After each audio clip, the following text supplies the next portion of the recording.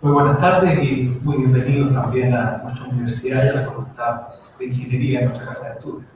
Para aquellos que no son de la casa, muy bienvenidos. Quisiera en primer lugar saludar al señor decano de la facultad, el profesor Claudio Reyno. Saludar también a nuestro distinguido invitado, el profesor Huisingh, destacado académico, fundador y editor en jefe de la prestigiosa revista científica Premier Production. Saludar también al director regional de Corfo, si encuentra presente, al profesor Ernesto Santibáñez, como organizador del evento, a los señores representantes de empresas socias que nos honran con su presencia y colaboración en esta iniciativa, y también a los apreciados y apreciadas colegas de la Facultad de Ingeniería, y del mismo modo a los estudiantes de nuestra facultad. Señoras y señores, muy buenas tardes. Sean mis primeras palabras para darle la más cordial bienvenida a tan magno evento, cuyo título nos invita a pensar en el desafío, oportunidad y compromiso que tiene la Facultad de Ingeniería, y muy especialmente nuestra facultad, en relación con su contribución desde la formación de los futuros ingenieros con un medio ambiente limpio y sustentable. El seminario que nos convoca esta tarde nos invita a reflexionar sobre los efectos que el proceso de desarrollo económico ocasiona en los distintos ecosistemas del planeta y en el medio local, colocando en riesgo inminente los recursos naturales y su provisión para las futuras generaciones. Del mismo modo, nos llama a pensar sobre la manera cómo la ciencia y la ingeniería se hace cargo de esta problemática, no solo por medio de la creación de nuevas tecnologías y procesos de innovación, sino también, y muy especialmente, a través de la formación de capital humano avanzado, consciente de la responsabilidad que como generación le cabe en la solución de los problemas ambientales y sus impactos colaterales. La ingeniería ha tenido y tiene un importante protagonismo en la vida de las personas, en la creación de riqueza y bienestar, y en la solución de grandes problemas de la humanidad. Ejemplos de ello han sido las redes eléctricas, los sistemas de transporte y el medio digital en el cual nos desenvolvemos. Observa cómo la demanda por servicios de ingeniería crece y se transforma de manera acentuada, trayendo como consecuencia profundos cambios en las prácticas de la ingeniería y en la formación de los profesionales. La complejidad de los sistemas lleva a la necesidad de abordarlos con una mirada transdisciplinaria, multicultural y teniendo presente la sustentabilidad ambiental. Entonces, cabe preguntarse si la actual formación de los ingenieros responde de manera coherente con el desarrollo de nuevas prácticas que permitan hacerse cargo de los desafíos del milenio que plantea Naciones Unidas, entre cuyos objetivos se invoca el garantizar la sustentabilidad del medio ambiente. Al respecto, ya en el año 2011, UNESCO nos señalaba, abro comillas, la ingeniería necesita autopromoverse como conjunto de disciplinas adecuadas para solucionar los problemas contemporáneos, convertirse en una actividad socialmente responsable y vincularse a las cuestiones éticas que guardan relación con el desarrollo. Cierro comillas. Es por ello que no es extraño que cada vez con mayor frecuencia se visualicen en los planes de formación de las carreras de ingeniería módulos relacionados con nuevas temáticas asociadas con la sustentabilidad y el medio ambiente, tales como análisis de ciclo de vida de productos, principios de producción limpia, energías renovables, edificación sustentable, biotecnología ambiental, bioenergía aplicada, por nombrar algunas disciplinas. La Universidad de Talca no ha estado ajena a estas nuevas tendencias, muy por el contrario. Nuestra corporación reconoce en su visión y valores corporativos a la sustentabilidad como un soporte de la formación de sus estudiantes y de su quehacer institucional, ya sea a través de la incorporación de nuevos contenidos en los planes de formación de las carreras de pregrado, la creación de programas de posgrado con un fuerte componente hacia la sustentabilidad, el incentivo de la investigación, teniendo presente los objetivos del milenio, el fomento de la innovación y el emprendimiento asociado a los mercados verdes, y la incorporación de prácticas sustentables a nivel institucional, tales como los compromisos en ejecución del Acuerdo de Producción Limpia Universitaria, realizándose en 3 de nuestros 5 campus, y la edición anual de nuestro reporte de sostenibilidad corporativo bajo el estándar del Global Report Initiative. El evento que hoy nos convoca se transforma en el preámbulo de lo que será posteriormente la ceremonia de constitución del Consejo Universidad-Empresa. No quisiera finalizar mis palabras sin antes hacer referencia a la importancia que reviste para nuestra universidad este hecho. Nos sentimos complacidos de poder crear y ser parte de esta instancia de diálogo y entendimiento. Sin duda alguna, la construcción de puentes entre el sector privado y la universidad es una oportunidad para reducir la brecha percibida entre la ciencia y el sector productivo, lo que permite el desarrollo de nuevos conocimientos para transformarse rápidamente en trayectorias de innovación. Estos espacios de creatividad promueven una retroalimentación constante entre la demanda de los empleadores y la oferta académica de las instituciones de educación superior, facilitando la entrada de los egresados al mercado laboral. Asimismo, este tipo de alianzas virtuosas son vistas con frecuencia por los responsables políticos como un instrumento relevante para el desarrollo económico y social a nivel local y nacional, la productividad y la creación de empleo. Es por ello que valoramos en toda su dimensión la ceremonia de constitución de esta alianza universidad-empresa. De hecho, la evolución histórica de la Universidad de Talca da cuenta del desarrollo exitoso en la creación de modelos de centros tecnológicos de alto impacto que han potenciado una vinculación estrecha entre las empresas, el sector público y la universidad. Esperamos que esta nueva instancia permita alcanzar nuevos y mejores estadios de vinculación en la relación de los distintos sectores involucrados, generando estímulos para el desarrollo de conocimientos que posteriormente se transformen en valor. Muchas gracias.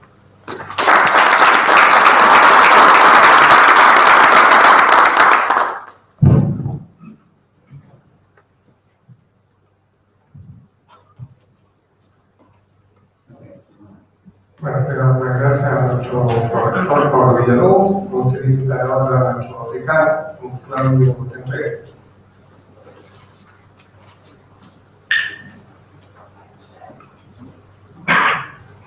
Buenas tardes a todos, a nuestro corrector, especialmente que nos ha hecho un espacio para poder visitarnos hoy día y dar esas hermosas palabras que acabamos de escuchar.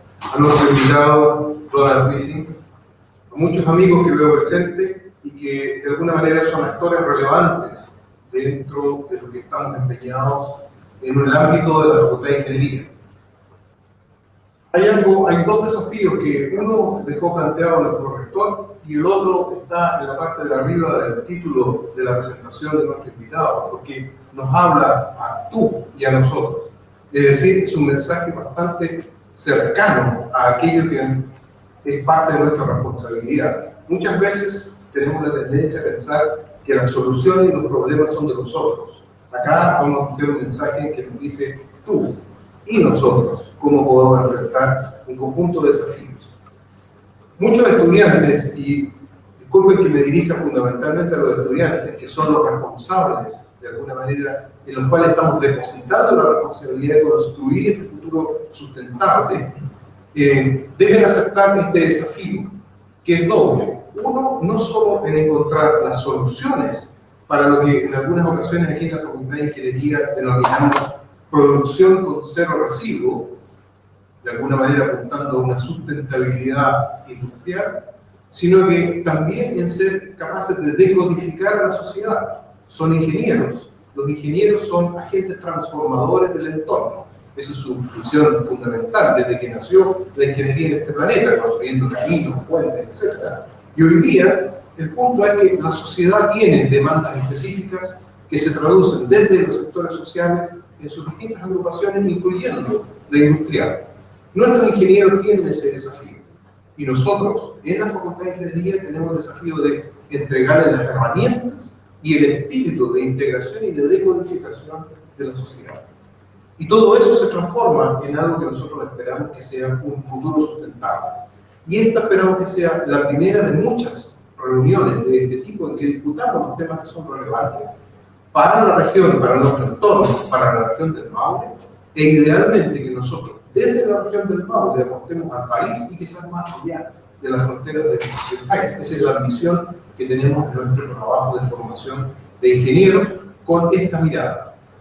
No quiero tomar más tiempo, nuestro invitado es el actor relevante de nuestra ceremonia y les agradezco una vez más la venida y la presencia de nuestra casa de estudio. A muchos de ustedes las caras me son muy familiares. Bienvenidos nuevamente a este lugar. Gracias.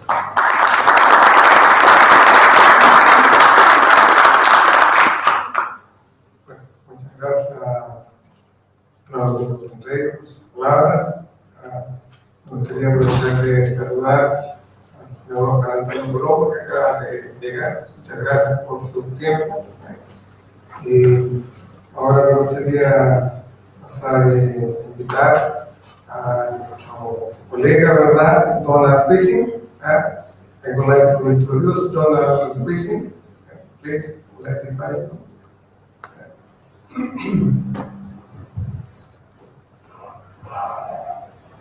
Bueno, Donald, como usted ya ha escuchado, es el editor en jefe de la revista Journal of Clinical Production. La verdad que su currículum es bastante extenso, que voy a solo dar algunas ideas. Actualmente él enseña, ¿verdad?, y tiene estudiantes de doctorado en más de 20 universidades en tiempo parcial. Fue fundador, además de la revista, del programa Erasmus, que le llaman Off Campus, de la Universidad Erasmus University, y un programa de formación de alumnos de doctorado que está ya 23 años funcionando. Es también uno de los fundadores de un programa de posgrado de sustentabilidad, ingeniería y economía en la Universidad de Lund, en Suecia. Y bueno, nos acompaña hoy día y va a dar su conferencia sobre, en general, va a hablar sobre la sustentabilidad y cambio climático. La conferencia va a ser en inglés, pero le he solicitado que hable lento, para que podamos acompañarlo y tengamos después algunos minutos para poder compartir experiencia y preguntar. Thank you, Ernesto.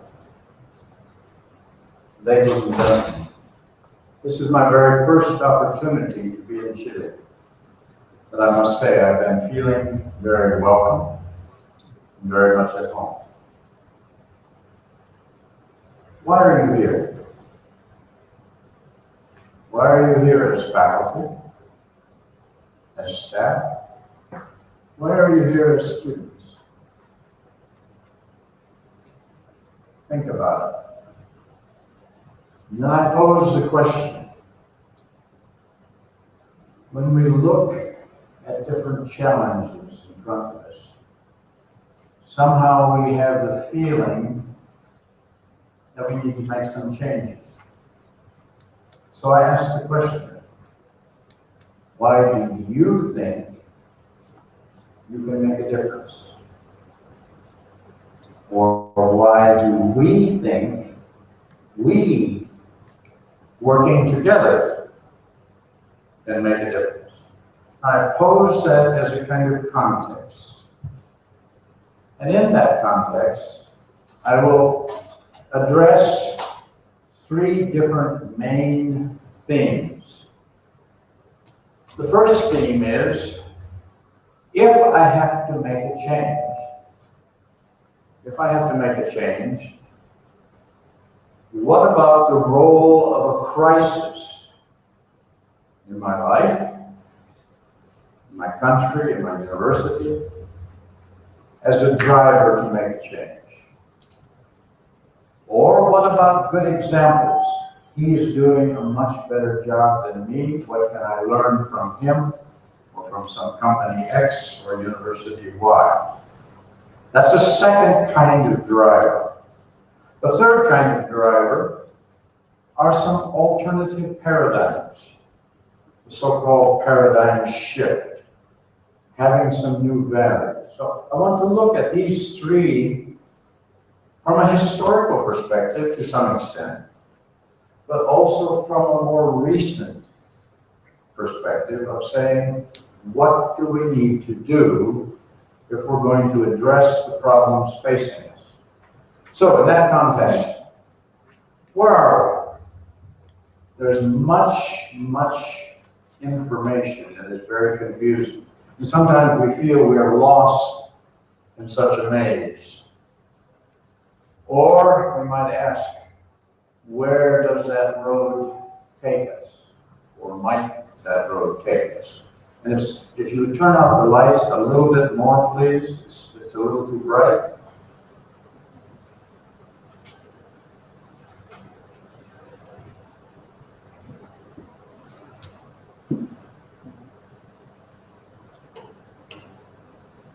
Okay, I'll keep talking. Any case, what about the road to the future? What might we be facing? How might we face it better?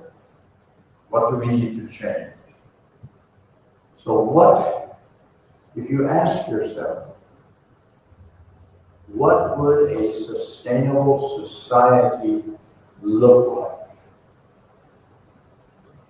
How would it function differently from the way our societies are functioning now? And if we have that vision and we realize that it has to function differently, how are we going to make those changes? And how will we know if we arrive at a sustainable society? In that context, do we have the vision? Do we have the commitment and the wisdom to say, here is my vision, I will commit to it for decades to make it happen? In politics, people are getting elected and unelected in 2 years or 3 years or 4 years. In business, they have quarterly reports, driving them to a mania of short-term goals, short-term targets. Societal change will take decades. We don't have the policy regime in government, in industry, or in academia to set those targets and keep going at them for 20, 30, 40, 50 years. So how are we going to do it? How soon do we have to get on the journey to making a change?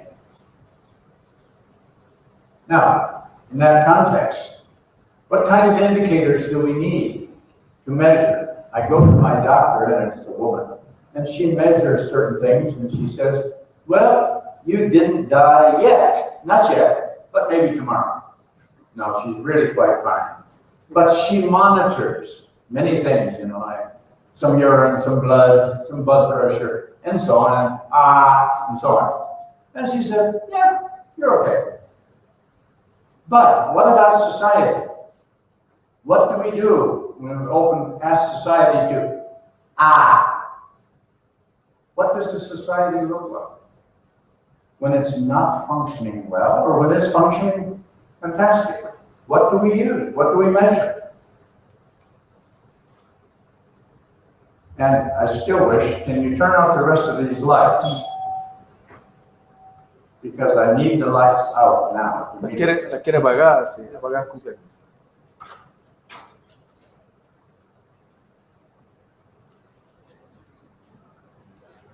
Okay. That's better. That's better. It's okay. Look at this.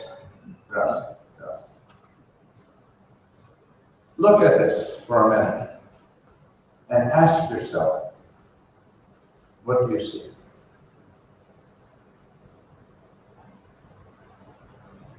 And after you've looked for a minute, talk with your neighbor for 1 minute. What do you see?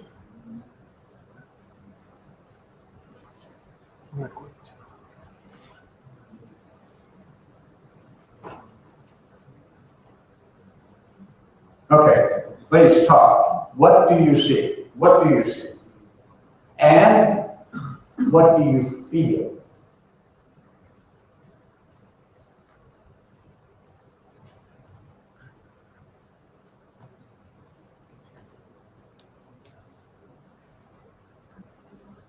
I don't hear any words. Discuss, discuss. Maybe you're confused. Maybe it's crazy. Maybe it's, I don't know. What do you see?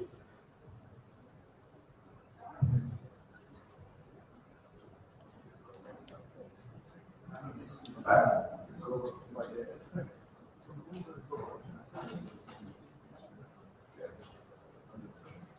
Okay. My wife is a quilter. She has made this. And it's this big by this big. And this is what she wrote about it.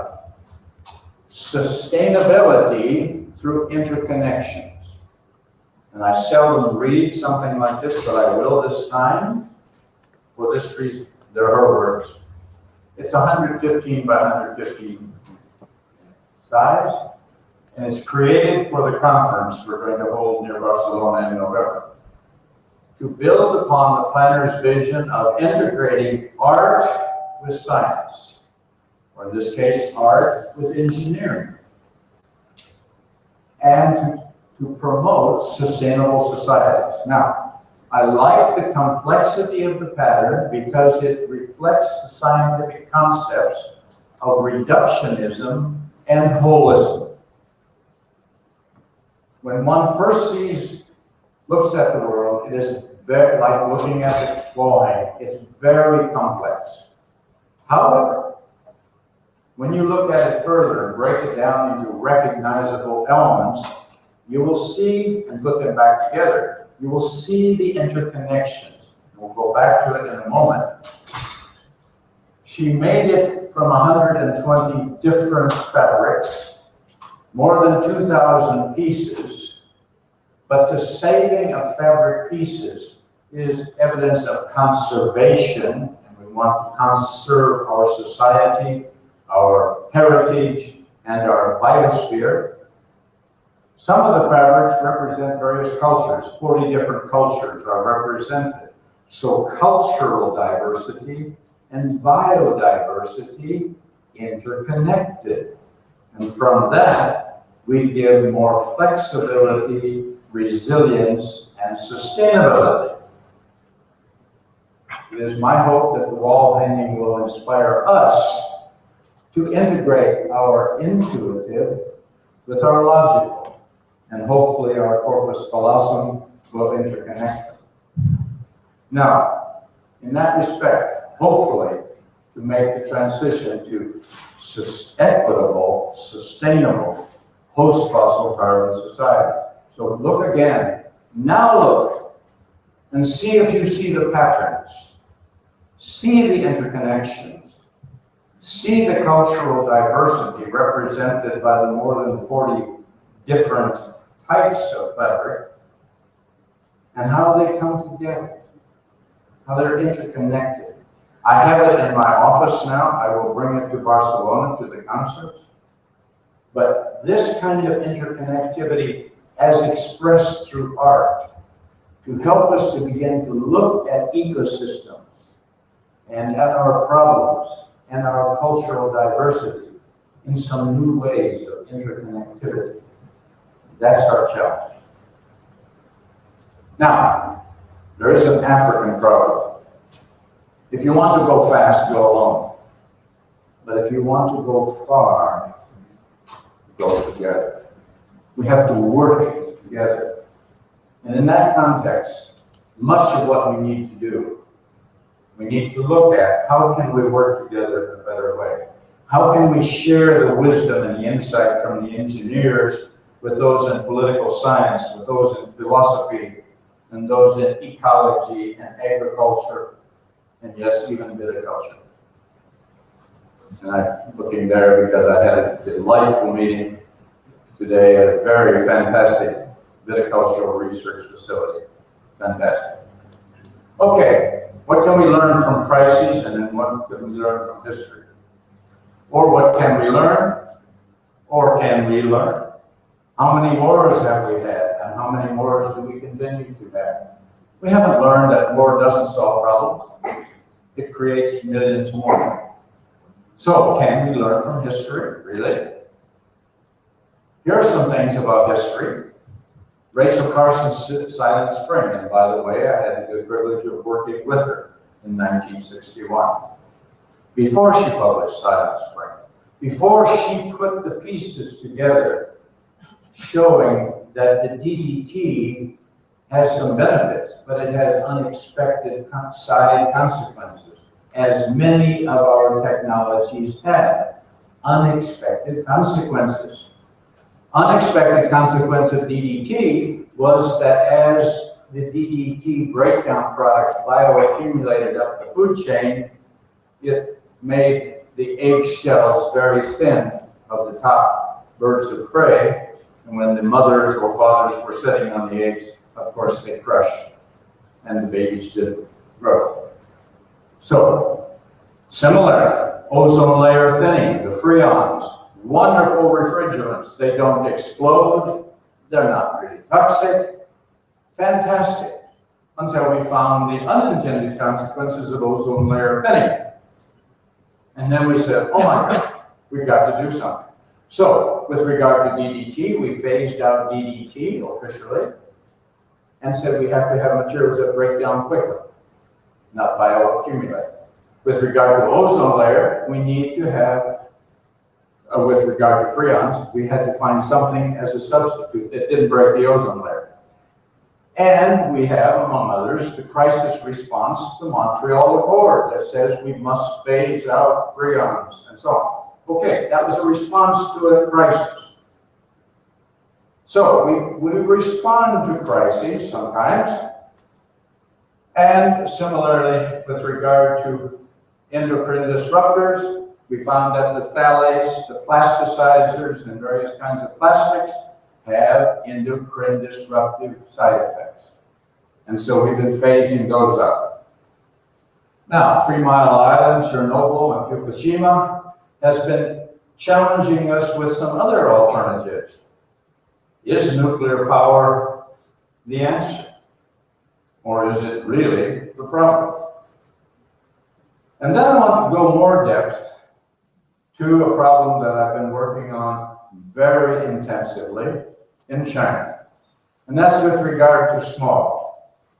And in fact, in that respect, long before I was working in China, I encountered this word in Chinese, which beautifully is made of 2 characters. And it's the word for crisis. It's comprised of the character for danger and of the character for opportunity. Now, danger, and I would like for you to all say it with me, is we. Everybody, you're not sleeping yet, I hope. We. Some of you are sleeping. Wake up. We. And now, Ji. And we. Now, when you think of the word crisis in English, you don't hear opportunity. You hear the danger. Similarly in German, similarly in Swedish. What about in Spanish? Is there that double meaning? No. Interestingly, in Chinese, Japanese, and Korean, they have that double meaning. And I haven't found it in Arabic or Swahili or anything else. So it's very interesting that in the word, the 2 characters, yes, it's a danger. But yes, there's opportunity. I like that. And I like for us to look at our dangers in our crises and see if we can find, yes, the danger and yes, the opportunity. Now, we've had many environmental problems related to air quality, and the tops of the 6 of the top 10 were air quality crises. One in 1930 in Belgium, 43 in LA, and they had more than one, but that was a specifically bad one. Pennsylvania in 48, 52 in London, and this was one that really got people's attention. It, within 4 days, killed more than 4,000 people, and subsequently another 10,000 died as direct or indirect consequences of the air pollution. That woke up many people saying, wait a minute, something is wrong with our technology. Something is wrong with the way we're running our society. Something has to be changed. A response to the crisis. Now, one that I've been much more involved with is this one. The biggest, most severe, and longest crisis, air quality crisis, in history. Some parts of it lasted for 8 weeks. Most of the others lasted for 2 or 3 or 4 or 5 or 6 days. This one spread much, much further. This entire region of China, and I don't know, several thousand kilometers from here to here, it was gigantic, and it was incredibly severe. And unofficially, at least 1 million people died. And more very soon, because of severe respiratory problems. I was there working part of the time. I was wearing the best quality mask I could find. I went back home and I spit blood for 3 weeks. Imagine having to live there. And imagine you were an infant, or imagine you were an elderly person with other problems such as heart condition, other kinds of respiratory diseases. You see, the pictures speak for themselves. And I often worked in Shandong University, in Jinan, and you see these comparisons. There's a place in Beijing where there's a camera mounted, and it takes a picture at 10 a.m. every day. You have 365 pictures. Not very many blue sky days. Not very many blue sky days. So there's a history. Now, if we look, here is the World Health Organization good quality air on the air quality index. Here is the first warning, second, third. This is very severe on this line of what they have. That severity has awakened the Prolet Bureau, the highest environmental protection agency people, their engineers, their sociologists, their epidemiologists. They came to us and asked us, please, will you develop a special issue of the journal on how to prevent smog? We have one that will be coming out in 3 weeks. We, in fact, have developed 2 different ones in relation to the problems, how to prevent them, and what about going beyond. So keep this in mind, and keep this in mind of the many sources of the contributors to that kind of problem. And keep in mind that the pollutants don't know where Chile ends and where Argentina begins, or Uruguay and Paraguay and Brazil. It keeps flowing. And in that context, we see the kind of increases in emissions, partially because China has become the manufacturer of thousands of products, which are then exported everywhere. So they have incorporated into their society many of the pollutants and polluting industry. And they haven't been adequately looking at how to produce in a cleaner way, looking at the preventative side rather than the curative side. Now, let's go back in history and see what we can learn from history. This is 450,000 years ago, looking at the ice cores in the Antarctic. In this case, the concentration in the snow when it was made, what was in the atmosphere that when the snow was made, which then became the ice and is then stored for 450,000 years, or 400,000 years, or 200,000 years. So this is the different ice cores, and this is representing then this carbon dioxide concentration in the atmosphere at the time the snow was made. And one thing you see, it's been fluctuating. Or if we look at the concentration of methane in the atmosphere during the same time. Or the temperature, average temperature during that same time. What do we see? Well, those who are skeptical of human roles in climate change say, see, it's always been going like that. And it has. However, look at this. During that 450,000 years, this was the range. Sorry for blocking your view. Guess what we had in 2012? We were never above that in 450,000 years. And it's projected to be here. Now, among other things, at the Viticulture Center, they're beginning to look at if climate change continues the way it is, what's going to happen in terms of my ability to produce these beautiful Chilean wines? Guess what the French are doing?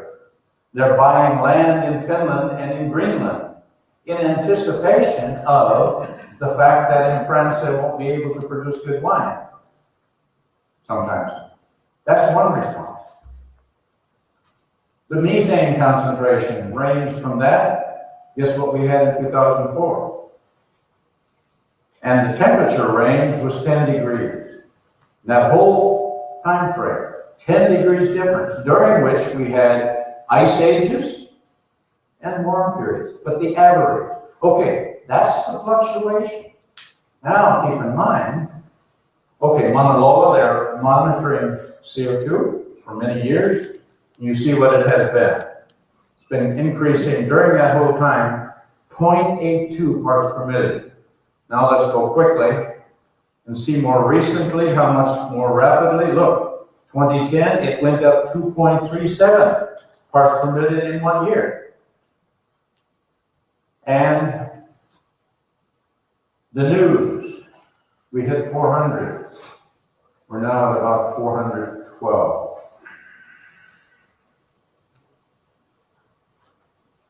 Ask your engineers, what is the net quantity of carbon dioxide we're releasing to the atmosphere every day? How many kilos? How many tons? Anybody? 10 kilos? 100 kilos? 1,000 kilos? Million kilos? 100 million tons? To 1 billion tons net per day. Think about it. And this is the so-called hockey stick, where our temperature back there 450,000 years was fluctuating, 1830, but look what's been happening. And I've talked with many of you and saying, it's been hotter, it's been drier in many parts of Chile in the last years. And in that respect, I ask you, if you were going to provide the sound of climate change, what would it sound like? What is the sound of climate change? Anybody? Anybody?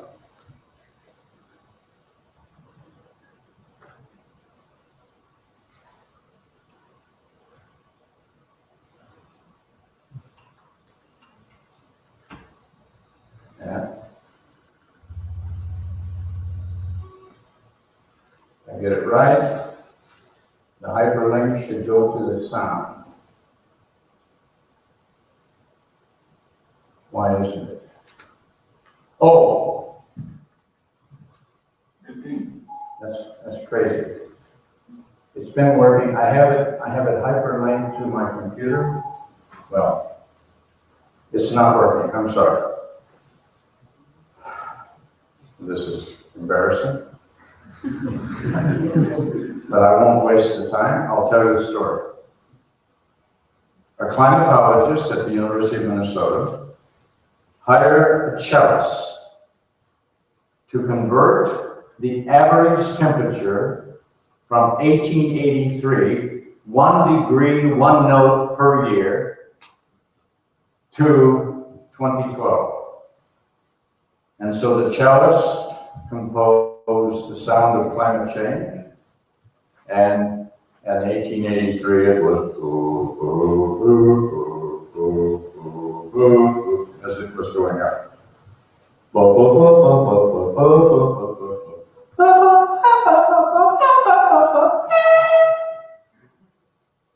And it said in the conclusion, if it continues the way it has been, only the dogs will be able to hear it because they can hear the higher frequencies. Now, when you see the graph fluctuating as it did in temperature and hear the music, it really grabs you. And I'm sorry it didn't work, but if I can get it to work sometime, I'll look later. Another one that I recommend, if you haven't seen it, please see this movie. Because graphically, you see how rapidly the sound of climate change is happening as the glaciers are crashing off the walls in Greenland, in northern Canada, and in Antarctica. So I recommend it. Okay. We have some other things that are changing. This one. Every 3 years, the entire population of Brazil is added to the earth. And that's the slide I used in Sao Paulo the other day, so I should have changed it to Chile. So how many times, what's the population of Chile? 16 million. How many? 16. 16. Okay, 16 into 70, what is it, about 4 times? 4 times the population of Chile is being added to the planet each year. Now think about it. That's part of the equation. And this is part of the equation. As the sea level rises, as the ice melts, more and more ecological refugees. We're seeing ecological refugees coming from the Sahara region, coming into Europe, many coming from Latin America into the US, many coming from Malaysia, from other places into Malaysia. Those are ecological, economic, and political refugees. It's going to get much worse. Now, here is the challenge. I said we hit 400 a couple of years ago, or about here. Many say we need to bring it back to here. The question is how? How are we going to bring it back? What do we have to do to bring the carbon dioxide concentration back, in light of the fact that we're adding 70 million net Homo sapiens per year? Deserts are spreading, as you see here. In China, it went from this rate to this in just a few years. Many, many others are disappearing. And it's hard to grow grapes or potatoes or maize in the desert. Yes, we can, with a lot of energy into it, desalination of water and so on, but it takes a lot of energy. Similarly, see what you see. See what you see. 2 years ago, we had an incredible drought. By the way, I live right there. But this drought was extremely severe. It was almost a 70% decrease in food production in 1 year due to one severe drought. We're talking about food security changes. We're talking, and as you know, in California now, they have one of the most severe droughts in history, but it's not an exception. And with that is coming more and more forest fires caused by lightning and so on, or sometimes caused on purpose with gasoline. Many fires were set on purpose, documented in the US, in Greece, in Italy, in Spain, in Malaysia, purposefully set fires. Those release trillions of tons of CO2, and of course make the land very vulnerable to erosion when the rains come. Okay, and we're cutting the forests at a tremendous rate. You see the rate, one Portugal per year size. And we can do it very fast with the big chainsaws and so on. Or our aquifers, we're overpumping them, and we're using very bad technology for irrigation. That wastes 70% of the water. And there are better ways to irrigate, and better regimes, better management. We can do better. We can do much better. And as we get more CO2 into the seawater, guess what happens? You blow into water, you make carbonic acid, you lower the pH. We lower the pH below that, and these organisms can't make their shells. Those are sort of parts of the things that we're beginning to encounter in ways that we hadn't thought before. And of course, in the tragedy of the commons, we're overfishing to make profits in the short term and forget about tomorrow. And look at this. Biodiversity, losing over 100 species per day. Imagine it. Is that the way to run a society? I don't think so. And remember, somehow we've got to get this back down. Arthur had a curve, and probably you engineers have had this before. If a new idea comes, the first time you hear it, you say, ha, ha, ha, ha, ha, ha. That's crazy. The second time you hear it, you say, ha, ha, yes, but, si pero. Yeah, maybe, but. The third day, or the third week, or the third month, hey, I got this wonderful new idea. We're going to grow grapes in Antarctica, and let's have fun, or something. But I want to go through it now, so it goes from ha to aha to aha. Now, we need to get to the aha moment in new ideas to make the kind of motivation, to make the kind of changes we need to make, to get beyond the crises, to find the opportunity. So, have crises stimulated change? Yes. Do they do it fast enough? No. Do they do it in a preventative way? No. They wait until the crisis comes. I've got to back up and do something there. Okay. Well, what about tomorrow? What about good examples? If we have good examples, better research results, new technologies, new techniques, new governmental policies, new university policies that are really good and new courses, will those help us to spread those good ideas all around? That was one of the reasons why 23 years ago, I started this. I said, I want to look for good ideas. I want to publish them. And we have good ideas. And they've been published. And some are spreading. But has every company learned how to do it? Has every university, etc.? No.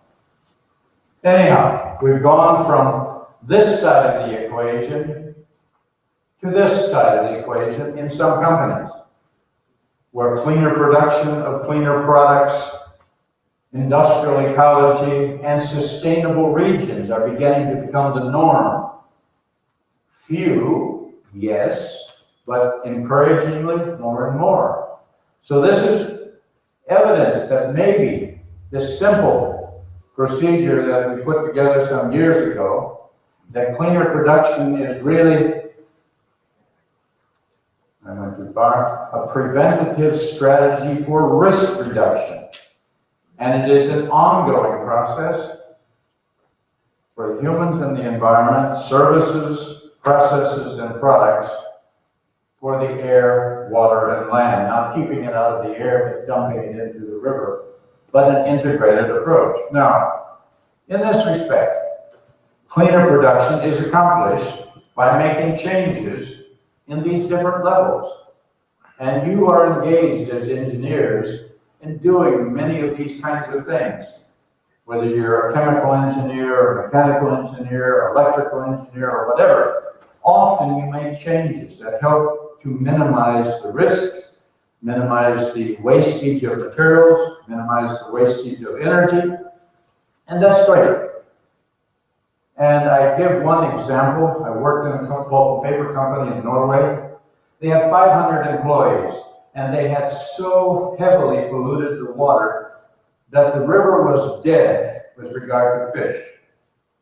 And it was so bad that the owner was so fine that everybody hated it. And besides that, nobody could swim in it. So the people from the town said, pulp and paper company manager, this is not good. We've got to make changes. Well, the pulp and paper company man said, yes, but I'm the chief employer in the community. In fact, I'm the only employer industrially. So be careful. Okay, well, the local town people said, do this. Build a pipe, 23 kilometers long, transport your wastewater into the sea. Would cost 100 million Norwegian crowns. Let's say it's essentially the same as your furnace, just for comparison. The company said we can't afford it, so we'll have to shut down and you'll lose your job. Well, the central government in Oslo said, well, build a wastewater treatment facility. Everybody knows every pulp and paper company needs its very own personal wastewater treatment facility. Everybody knows that. And all good chemical engineers know that too. But it would cost this much to build and this much to operate, which would go up. Companies said we can't afford it. The company leader had heard myself and one other one talking about prevention. He said, come and help us. We were delighted. We taught those 500 employees how to open their brain, how to look at what are the problems, how to prevent them, and guess what they found? By making procedural changes, management changes, monitoring changes, and a few chemical process changes that didn't cost 100 million, didn't cost 32 plus 8 plus 8, cost 10 million one time. And guess what? Save this and this and this in the first months. And the river was cleaner than it would have been if they had built the wastewater treatment facility. And notice, not only savings in chemicals and energy, but more productivity. Now, those are the kind of examples we have a few thousands of in the journal. Basically, paid for itself in 5 months, the others would never pay for themselves. And that's where good examples can help us to learn a better way. And if your company can do it, can you find a way through extension, through teaching, through exemplar, to go to the other company and say, well, they're doing it, can you do it too? And that is happening, but it's too slow. Why are we not more of us picking it up? How are we going to make this transition? And I emphasize equitable, because the inequity is growing in every society. So how are we going to get more equitable while we try to solve the problem? And I see some of you are falling asleep, so everybody stretch your arms a minute, take a breath, Breathe. By the way, it's good to breathe every few hours. Take a breath. Okay. Now, the Chinese government is making progress. They have much to do. But this is what they have said. We need to transform our society into an ecologically sound society. That's encouraging. And they said that 2 years ago. By the way, the new environmental agency chief from China, who is one of my former students, is going to be a keynote speaker at the conference. And he is leading the changes. He is really going to make a difference. So, leadership is crucial. Now, Jeremy Rifkin said we've got to go to the third industrial revolution, a society built on renewable energy and energy efficiency, buildings like this one that don't eat thousands of kilowatt hours, but produce more kilowatt hours than they use, and that they give out clean water. And with the new batteries, like the Tesla batteries and so on, the storage of the power from the sun, from the wind, from geothermal, and other sources, we can begin to make the transition to the post-fossil carbon society. That was Rifkin's The Third Industrial Revolution, very quickly. And if you haven't read it, I recommend it. And many cities and countries are beginning to put much effort into it. Now, certainly, here are some of the things that are helping us too. Some of the ISO standards on quality, on environment, worker health and safety. Those are helping us for guidelines and global reporting initiative to help steer company leaders to make better pathways. Those are helping us. And certainly corporate social responsibility is. And very encouragingly, regional sustainable development, smart cities. We will have 5 workshops at the global conference on smart cities and how cities that aren't smart today can become smart as a way of making the change. Now, there are others, many other journals. The one I have is one, but there are many others. In fact, there are about 10,000 journals. Many of them have relevant materials that can help us from good examples. We need to find a way as professors, as students, as researchers, to work with companies in partnership with companies and cities and towns and make the changes we need to make. Here are just a few of the special volumes we've had on some of these different topics, very much on innovation, innovation diffusion, and overcoming barriers to innovation diffusion. And in that respect, some would be relevant for your work too, how to get these new approaches out. Extended producer responsibility. I'm responsible when I produce a product to take it back at the end of its life or manage it. That is part of the change that we're looking at. And green chemistry as the basis for green chemical engineering. And there are many beautiful changes that are coming. And similarly, in this whole region like this. So, there are many encouraging things. And I'm fundamentally an optimist in spite of looking at 70 million Homo sapiens being added net per year, in spite of losing 100 species per day, in spite of the CO2 going up, I'm still an optimist. Because I'm convinced that as we work together, we will make a difference. And in this respect, sustainable urban transformation, an entire special volume on cities that are becoming transforming and where they're looking for the co-benefits, where 2 + 2 = 50, a kind of synergy. Those kinds of things are beginning to give us leverage for change. And I'm always looking for leverage for change, ways to accelerate the process and not fall behind. And in that respect, one that I love very much,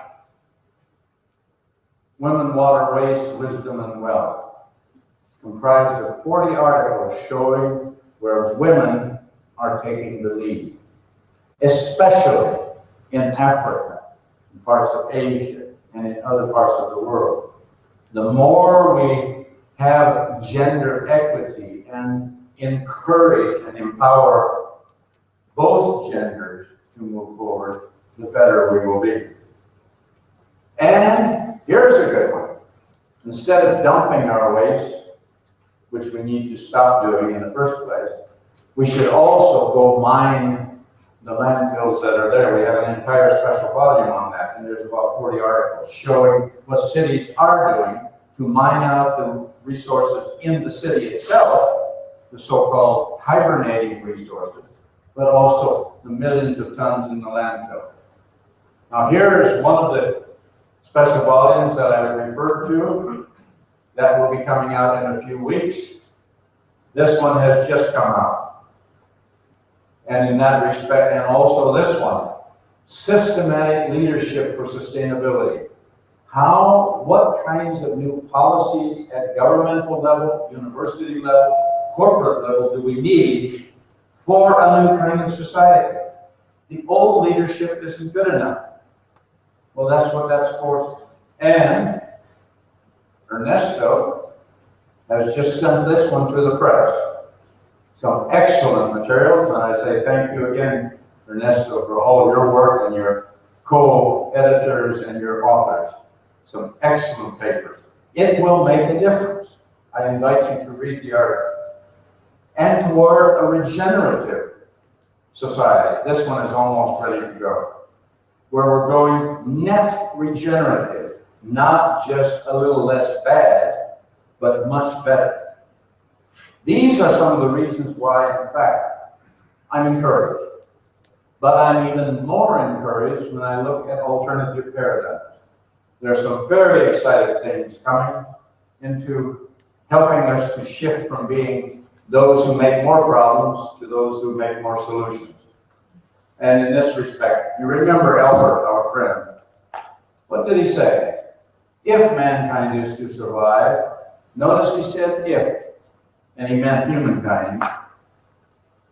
What are we going to have? A substantially new manner of thinking. And I see his name has slipped up in there. Sorry about that.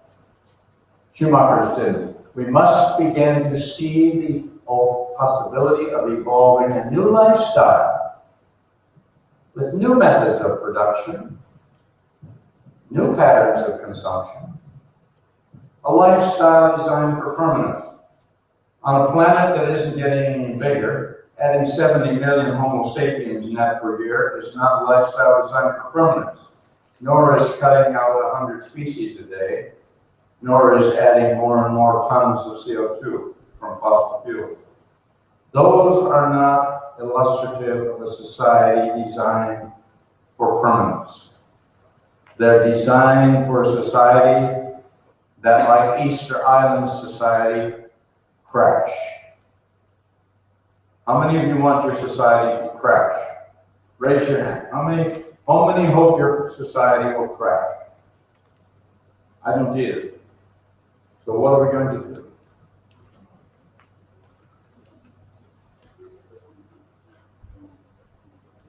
In higher education, we have some important roles for new thinking, some new paradigms, and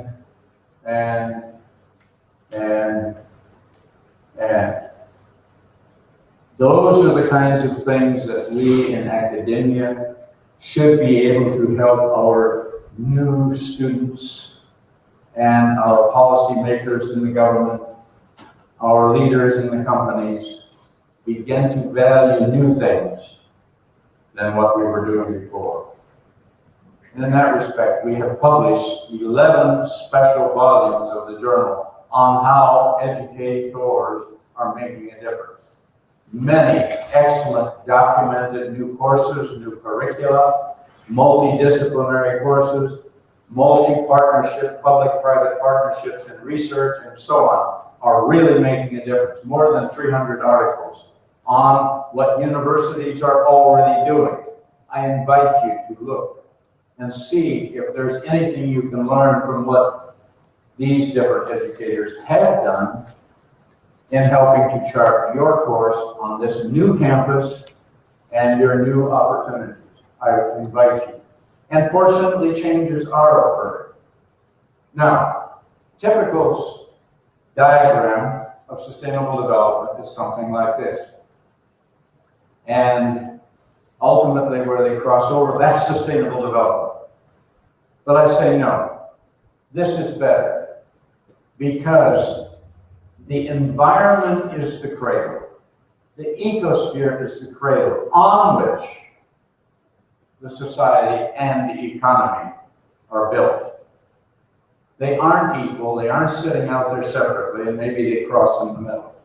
Keep this paradigm in mind and see what we can do to reverse the losses of biodiversity, how we can foster synergy in the ecosphere and in the social sphere. In that respect, I like this as a better representation. It was developed by the Environmental Protection Agency leader of Sweden, Bo Schelin. The diamond of sustainability, where that interconnectedness is much more evident. And that needs to be, as we as engineers and chemists and economists and policymakers and philosophers and biologists work together, that diamond, that multidisciplinarity and multi-generational must be incorporated. And in this respect, there's the natural capital on which we must build. And yes, the social capital, which we're building as educators, to the built capital. The more we can integrate these, the more we look at transgenerational perspectives. I'm part American Indian from the Sioux tribe. We talk about the 7-generation mandate. But 7 is metaphorical forever. It isn't just 7 generations, although if we did any planning for real 7 generations, that would be a whole lot better than any society is doing now. We're doing very, very short-term planning and reactionary and crisis management. Until we change, we have some challenges. Now, we have many, many documents, Agenda 21, the Earth Charter, etc., that have much wisdom in them. I invite you to read them again, or for the first time, and see how they can help you to chart your university, how you can chart your public-private partnerships, and move forward. By the way, there are many who are questioning the value of gross domestic product, GDP, or gross national product. And this is encouraging to me because they're saying GDP isn't good enough as a measure of well-being, as a measure of ecosystem health. It's not good enough, and it absolutely isn't. And encouragingly, the happiness index, the quality of life index, the wellness index, the inclusive wellness index, wealth index, world happiness, the Happy Planet Index, the World Values Survey, OECD Better Life Index, etc. I've documented more than 20 such, and recently my colleagues from Brazil and I have published 2 articles analyzing these alternative indices to see which of them could be added to GDP or replace GDP as a much more holistic way to monitor societal health. I asked, what do we measure in society? How do we set goals? And how do we move forward? We need alternative indices than just a very narrow one called GDP. And in this respect, the people from Bhutan, the leader of Bhutan, said that gross national happiness is much more important than gross national product. And his principles are built on good governance, balanced economic development, environmental preservation, and preserve and promote culture. In other words, cultural promotion and support and maintenance is as important as ecosystem maintenance. And then come some of the others.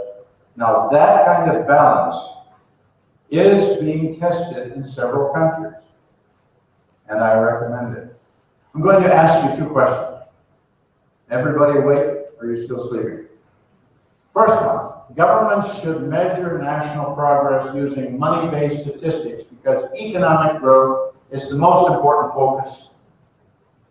And this, by the way, was a study that was done of 1,000 people in each of 10 different countries. The second question that they were posed is, the health and social and environmental statistics are as important as the economic ones, and governments should also use these. So this is part of the true wealth, not just the narrow GDP wealth index. Okay, how many of you would say yes if you had been asked the first question? How many of you would say yes if you were asked the second question? How many of you don't know? How many of you don't care? How many don't care? Both have to be. Yeah, but the second one says that. They are as important as the EK, not instead. They're saying both. So you vote too. Okay. Notice that of the 10,000 who were asked that, 75% said number 2. But 25% no, GDP is good enough. Notice France. Whoop. Okay. Well, let's do it. No, yeah, notice France. They had the most who said 86% that it should be number 2. That's an encouraging indicator, saying GDP is not good enough. So part of our change has to be our approach to monetary measurements of society. Now let's focus on the role of local and regional governments. How can we work within cities, regional, and national governments to help them to become the catalyst? In the conference in Barcelona in November, we will have 5 workshops on how to help cities to become more smart and effective. Learn how the system works. Be a role model. We've got the city of Graz in Austria that's becoming a role model in about 50 different ways. Very encouraging. Increasingly go from individual building or site to broader concepts of production and consumption and ethical and social factors in city and regional planning. Foster the development of sustainable eco-communities based on bioregionalism. Obviously, the middle of Chile is very, very different than the middle of Egypt and the middle of Siberia, climatologically, geographically, culturally, etc. So there have to be adapted and adopted differences. And participating in learning from each other. And regulations to sustain society, not as a policy that we implement by the parliament today, and 1 week, 1 month, 1 year, we throw it away. As the Australians did, they had a carbon tax for about 2 years, and a new party came in, and they threw it away. They were making progress in the transition to the post-fossil carbon society. They reversed it. So policies can make a difference. We need to develop ecological, economic, and ethical sustainability performance indicators, not just GDP. And we need to use them to monitor, and we need to report. Those are the elements of making the transition. And if you are looking for some guides, Rob Hopkins, founder of the Transition Network, has developed 3 books. The Transition Handbook, From Oil Dependency to Local Resilience. The Transition Companion, Making Your Community More Resilient in Uncertain Times. And The Power of Just Doing Stuff, Local Action to Change the World. Excellent materials. I recommend that you use them in some of your classes as you work in community action and see what you can do. They're doing some fantastic changing in perception, changing in attitude, changing in action. And in that respect, back to our crisis, and we'll go from our we to our she. How will we find the she in the crisis? Looking for the opportunity. Do we have to wait for the crisis to slap us in the face or kick us in the butt? Do we have to wait for that? Can we find good ideas and help to spread them? Can we say that there have to be some new paradigms, like Albert said, like Schumacher said? How are we going to get forward? Cleaner production and sustainable development, industrial ecology and the circular economy, and some of those approaches are part, but they're not enough. They're part of the journey. So, can we learn? I hope so. Can we find a way to work together? Are we willing to take the step? I hope so. Prove it. Show me that you're committed. Show me you're dedicated. Show me you've got the wisdom and the vision and the commitment to make it.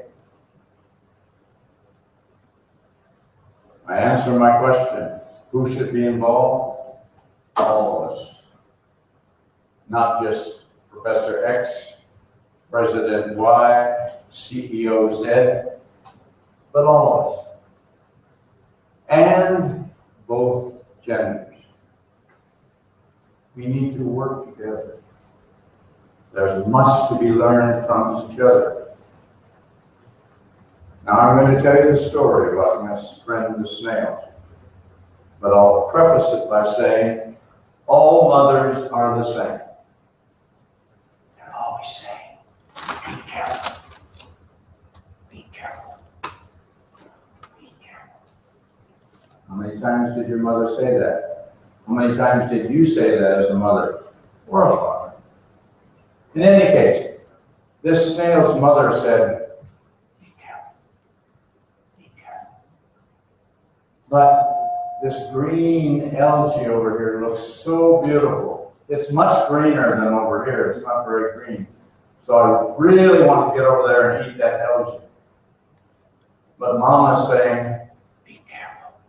Be careful. Oh, it's so tempting. Mama! Ah! Ah! Mama! I made it. Can you stretch enough? Can you stretch? Can you stretch your legs and your mind and make a difference? I hope so. Can we get this back down again? I hope so. Can we get from the ha ha ha ha ha to the aha? I hope so. Who's going to have to do it? All of us. It seems like chaos, so much confusing information. Can we convert it into something more symmetrically beautiful? My wife experimented with that. I think she's made some progress. Can we? I hope so. Now, very quickly, in 2 minutes, I want to say something about the conference we're going to hold near Barcelona, November 1, 2, 3, 4. The big title, the subtitle, Accelerating the Transition to Equitable, Sustainable, Post-Fossil Carbon Society. We're going to focus seriously on integrating our left brain with the right brain in every way possible. And we're having exhibitors, and I have brochures here about the conference and about the exhibition. And I welcome you to think of some really good companies, because that can help to exhibit this, sustainable futures in practice. They're already doing this, or some good departments in engineering that are really doing this partnership with your community and really making a difference. We want to have those good examples, to have them available for the 1,000+ participants to learn from what's being done already, to go back home and say, they're doing it, we can do it too.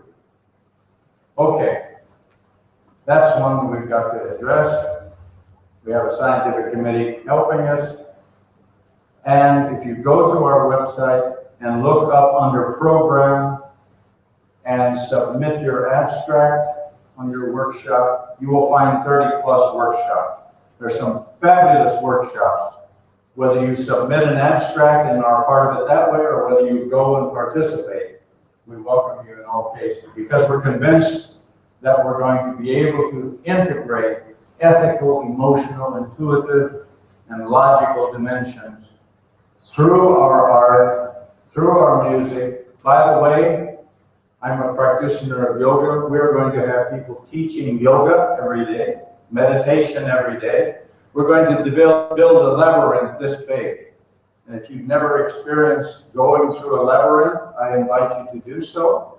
And if you don't know what a labyrinth is, go up, ask Google or somebody else, and just type in labyrinth. And you will find out that already 7,000 years ago, our forebears knew that labyrinths were good in helping to solve problems.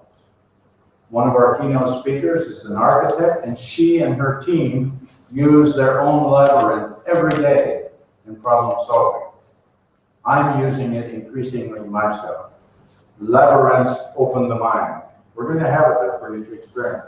So I invite you. It's going to be a different conference, I guarantee it.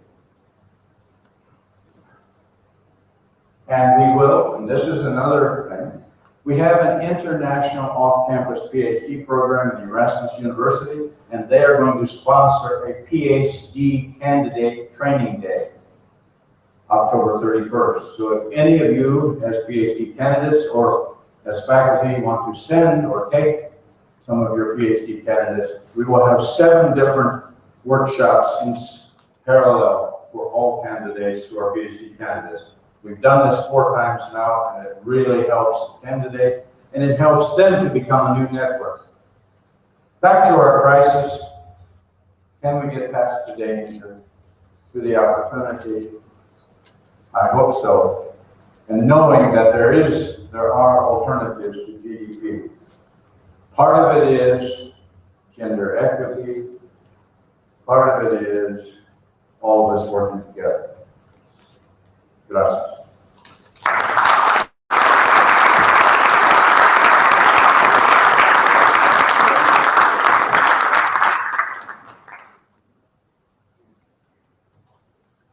I would like to thank Tom for his beautiful and encouraging talk. Now we have some minutes for questions. Preguntas. Preguntas, por favor. ¿Algo en castellano o tú? No, si la puede hacer en inglés, si no, yo le pregunto. I don't know how this works.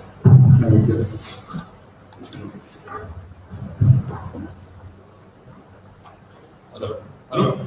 Yes. In your experience, what is the motivation that has created more change in behavior in corporations or in people towards the wellness of the environment. For example, the example of the paper plant in Norway, which was the main driver, the motivation for the company change their behavior in the way they were producing their paper. Okay, the first part was, Give me just a few minutes. what? A few minutes to translate. Oh, okay. ¿Entendieron todo? ¿Necesitan?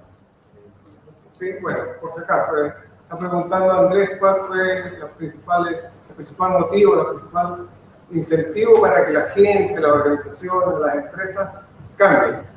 Eso es bueno.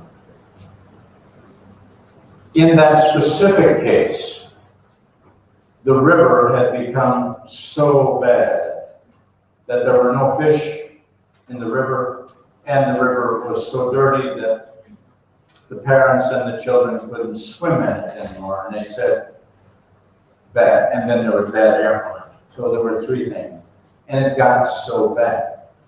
So it was a crisis, or a multiple crisis that sort of kicked the CEO saying, either you clean it up, or the government said, well, you've got to do this, and I can't afford it. So fortunately, he said, well, can we prevent it? And by empowerment of the employees, not by, we didn't solve it. We helped them to help themselves. In fact, we gave them 2 weeks. We gave a 2-day training program. We came back 2 weeks later, and they met us at the gates, not with guns, but with drums and bugles, and took us inside, and then they said, do you know what we found? 400 problems and 4,000 solutions. They were so proud, and it's been my experience in working with several hundred companies. If you empower the workers with guidance, they find, well, this is wrong, this is wrong, this is wrong, this could be done this way, this is, it's magic. Well, almost magic. So, sometimes it has to get bad before it gets better. But I hope we don't have to wait for that. That's my hope, and that's why I publish the journal every 2 weeks or less, with good examples of what companies are doing, what governments are doing, what university leaders are doing, or what they're doing together. More and more we need to work together. So my hope is we don't have to wait for the crisis. We can anticipate, learn from others, and accelerate the change. But it's also going to take some alternatives to the narrow focus of GDP. It's too narrow. It needs to be much more holistic, where ethical, ecological, sociological, philosophical dimensions are woven into them. And that's what all of those other alternatives to GDP are about. They're integrating other elements to make it much more holistic and proactive rather than reactionary. Other questions? Yes, sir. I have many questions, but there is one particular issue that I'm a bit curious. Yes. In front of a crisis, since you were comparing our body with the humankind and the planet itself, in your body, when you have high fever, you react. It's a very clear signal.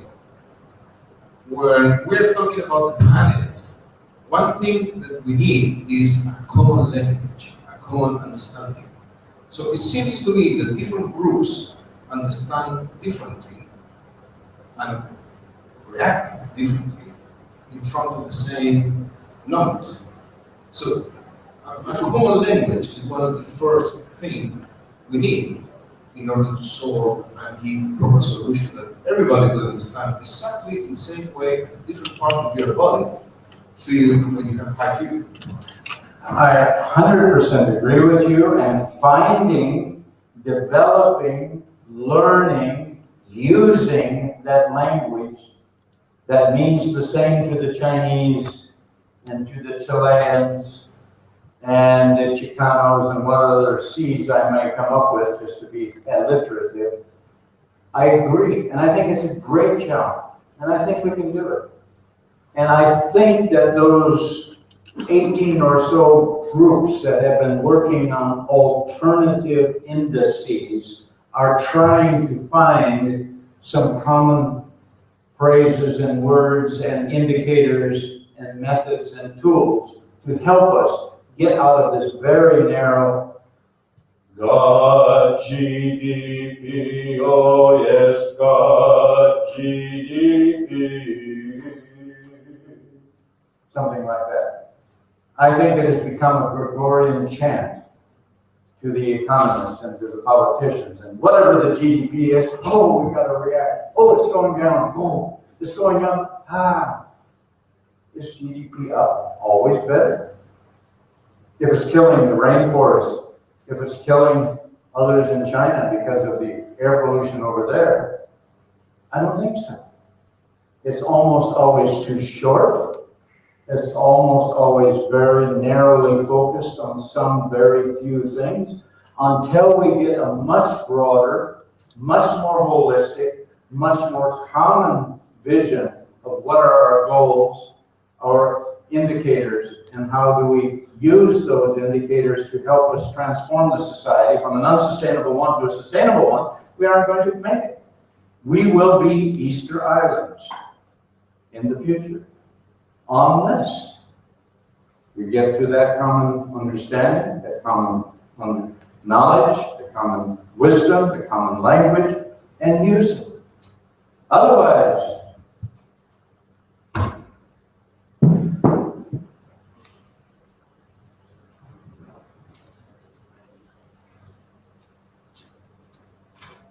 anyone? La voy a preguntar en español cortita y en inglés para que escuchemos. En el ejemplo que... I'm going to do it in Spanish and English, so you can do it. En And I'll do my best to listen carefully because I do understand some Spanish. But go ahead. Despacio, por favor. En el ejemplo de la planta de celulosa de Norway, y parece ser que en muchos ejemplos en el mundo, cuando duele el bolsillo, se hacen soluciones. Y parece que el mercado tiende a resolver, o hay tendencias que piensan que el mercado tiende a resolver todo esto. ¿Tú piensas que el mercado, ponerle precio, poner cuotas de carbón, valor al carbón, puede resolver? ¿Poner precio por contaminar resolvería el problema? I'm going to go in English. Please do, because I got maybe 50%. Maybe 43, I'm not sure. It seems to me that market plays always an important role. Economic benefit or economic unbenefit plays a role. In your example from the coal plant in Norway, it wasn't until they found that they needed to put money to solve the issue. 8,000 euros or whatever it was too much, not good solution. 35 wasn't good enough. But then when you came with a 10,000 solution, they were able to take it. So there's a lot of people that think that leave it to the market. That if you create a market regarding pollution, market will solve it. What is your opinion about it? To a certain extent, yes. I have my own microphone here. In fact, the very short history of the carbon charge internalizing the presently externalized cost of air pollution into the price of doing business in Australia tripped the scales, and investment in wind power just went. And since then, even though they took it off, it is continuing because it is now, even without the carbon charge, more economical. If you begin to even incorporate a little bit about the psychological aspects and the sociological and the human health dimensions, say nothing about the broader ecosystem dimension.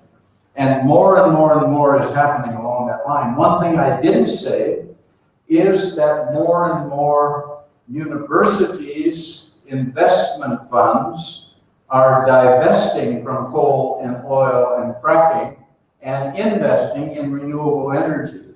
So universities, Harvard and Princeton, many others, Many church groups are divesting billions from fossils to renewables. And thirdly, even big pension investment funds that aren't necessarily looking at it from an ethical principle are saying, pure money. I see that I need to go here because the end of the fossil fuel era is going to be coming. Just like we know that the Stone Age didn't end because we had no more stones, the fossil fuel age is going to end long before we have no more fossils because of that going beyond 400 and the climate change is going to really hit us strongly.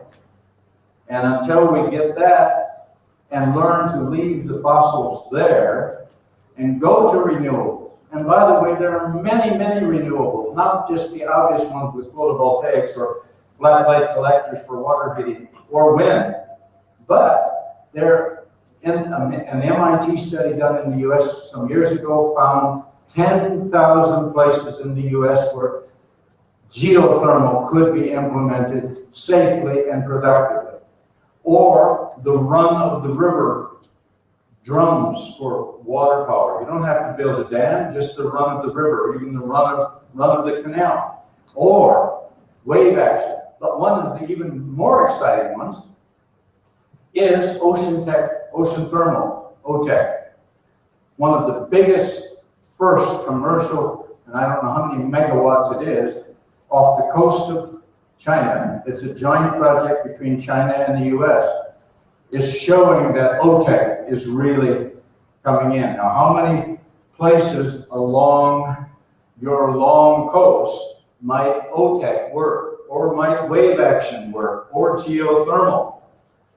And if you begin to diversify to incorporate those, as well as more effective use of our biomass, we can easily shift off the fossil addiction.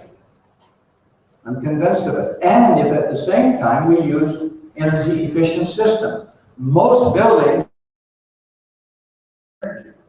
most transportation is wasting much energy.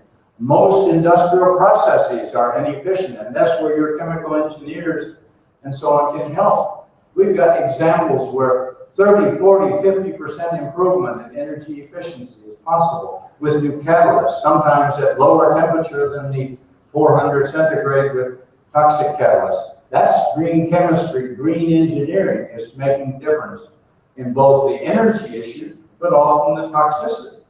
Now, those are the kinds of changes that we're always looking for and love to publish in here. And I invite you to go online. We have thousands of examples of more effective cement making, more effective leather making, textile making, cheese making, and yes, about 10 articles on how to make wine better. So maybe we'll even have better wine. We had some excellent wine tasting today. Thank you, Don. That's the last question. Me gustaría invitar ahora, porque vamos a pasar a una mesa redonda.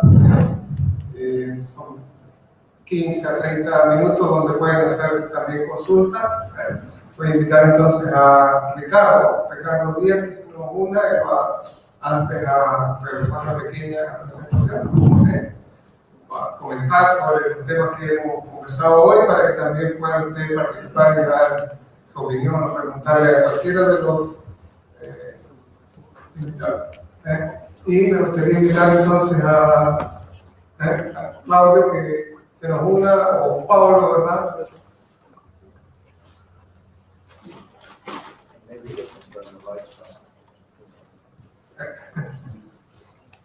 Dice que ahora podemos entender la cosa.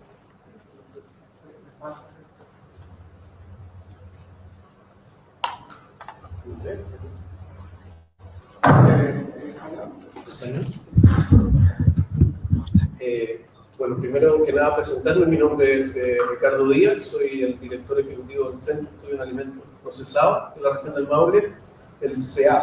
CEAP es uno de los 13 centros regionales impulsados por la Comisión Nacional de Ciencia y Tecnología, el CONICYT, y apoyado por los gobiernos regionales. Estos centros nacen como una política para apoyar la descentralización del desarrollo científico y tecnológico en el país. Estos números que voy a decir ahora para los que trabajan en ciencia no son novedad. En la mitad del año 80, el 85% de la producción científica y tecnológica del país se producía en la región metropolitana. Ese es un número asqueroso comparado con naciones más centralizadas que nosotros. Por ejemplo, México tiene mejor distribución o mejor descentralización. El Estado partió con diferentes políticas de descentralización, una de ellas es la creación de estos centros. Estos centros, si bien forman todos parte de una red, cada uno de los centros trabaja en temas estratégicos para las regiones donde se insertan. El CEAP en particular trabaja en alimentos procesados, y la razón por la cual estratégicamente se escoge trabajar en alimentos procesados es porque la región del Maule es, y también todos somos de acá, todos lo sabemos, primera o segunda productora de toda la fruta, prácticamente toda la fruta y prácticamente toda la hortaliza que usted se lo ocurra. Somos, por supuesto, el primer productores de uva vinífera, somos los primeros productores de manzana, de cereza, de kiwi, de berries, arándanos, frutillas y frambuesa. Por supuesto, somos los principales productores de tomate industrializado. Y la industria, agroindustrias de la región son generalmente agroindustrias de commodity. No hay solo una etapa de agregación de valor, pero la mayoría de las agroindustrias se basan o se crearon basadas en la oportunidad de usar descartes de fruta que no se podía exportar como fresco, se procesaba y se hacía concentrado de fruta o deshidratado de fruta. Ese modelo ya no es sustentable. Ese modelo está cada día siendo menos competitivo. Y la idea del CEAP, que los socios fundadores de esta institución son la Universidad Talca, la Universidad Católica del Maule, el Instituto de Investigación Agropecuaria y dos agroindustrias de la región, Surfruit, que es una industria de deshidratado y conserva tantumeral, y Sugal Chile, que es una agroindustria procesadora de tomates que está en Talca y también en Punta Cristóbal. Es interesante escuchar lo que nos presentaba el profesor Donald desde el punto de vista de nosotros como centro tecnológico, y voy a tratar de retomar los tres principales puntos que él dio: crisis, roles y cambio de paradigma. Yo creo que las crisis sí son históricamente gatilladores de cambios y gatilladores de innovación, pero no creo que un país como Chile tenga que esperar una crisis para producir el cambio. Un país y una región que prácticamente toda su economía se basa en exportación, no puede esperar que venga la crisis de la huella de carbono y que no podamos exportar más a los otros hemisferios, que no podamos poner nuestras mercaderías en Europa porque la gente ya no va a comprar, nuestros productos no son competitivos en términos de huella de carbono. No podemos esperar esa crisis para superar, para anticiparla. Por lo tanto, los paradigmas que él decía, el cambio de paradigma, cómo producir es más limpio, también para nosotros no solo va a ser cómo producir más limpio, sino que va a ser cómo producir algo que los clientes estén dispuestos a pagar. También él habló que había un cambio en los patrones de consumo. En Estados Unidos y en Europa no existen las estaciones. Hay cerezas frescas, hay frambuesas frescas todo el año en el supermercado. Los niños no saben de estaciones. Y el costo de no saber de estaciones de cosecha para el medio ambiente es súper alto.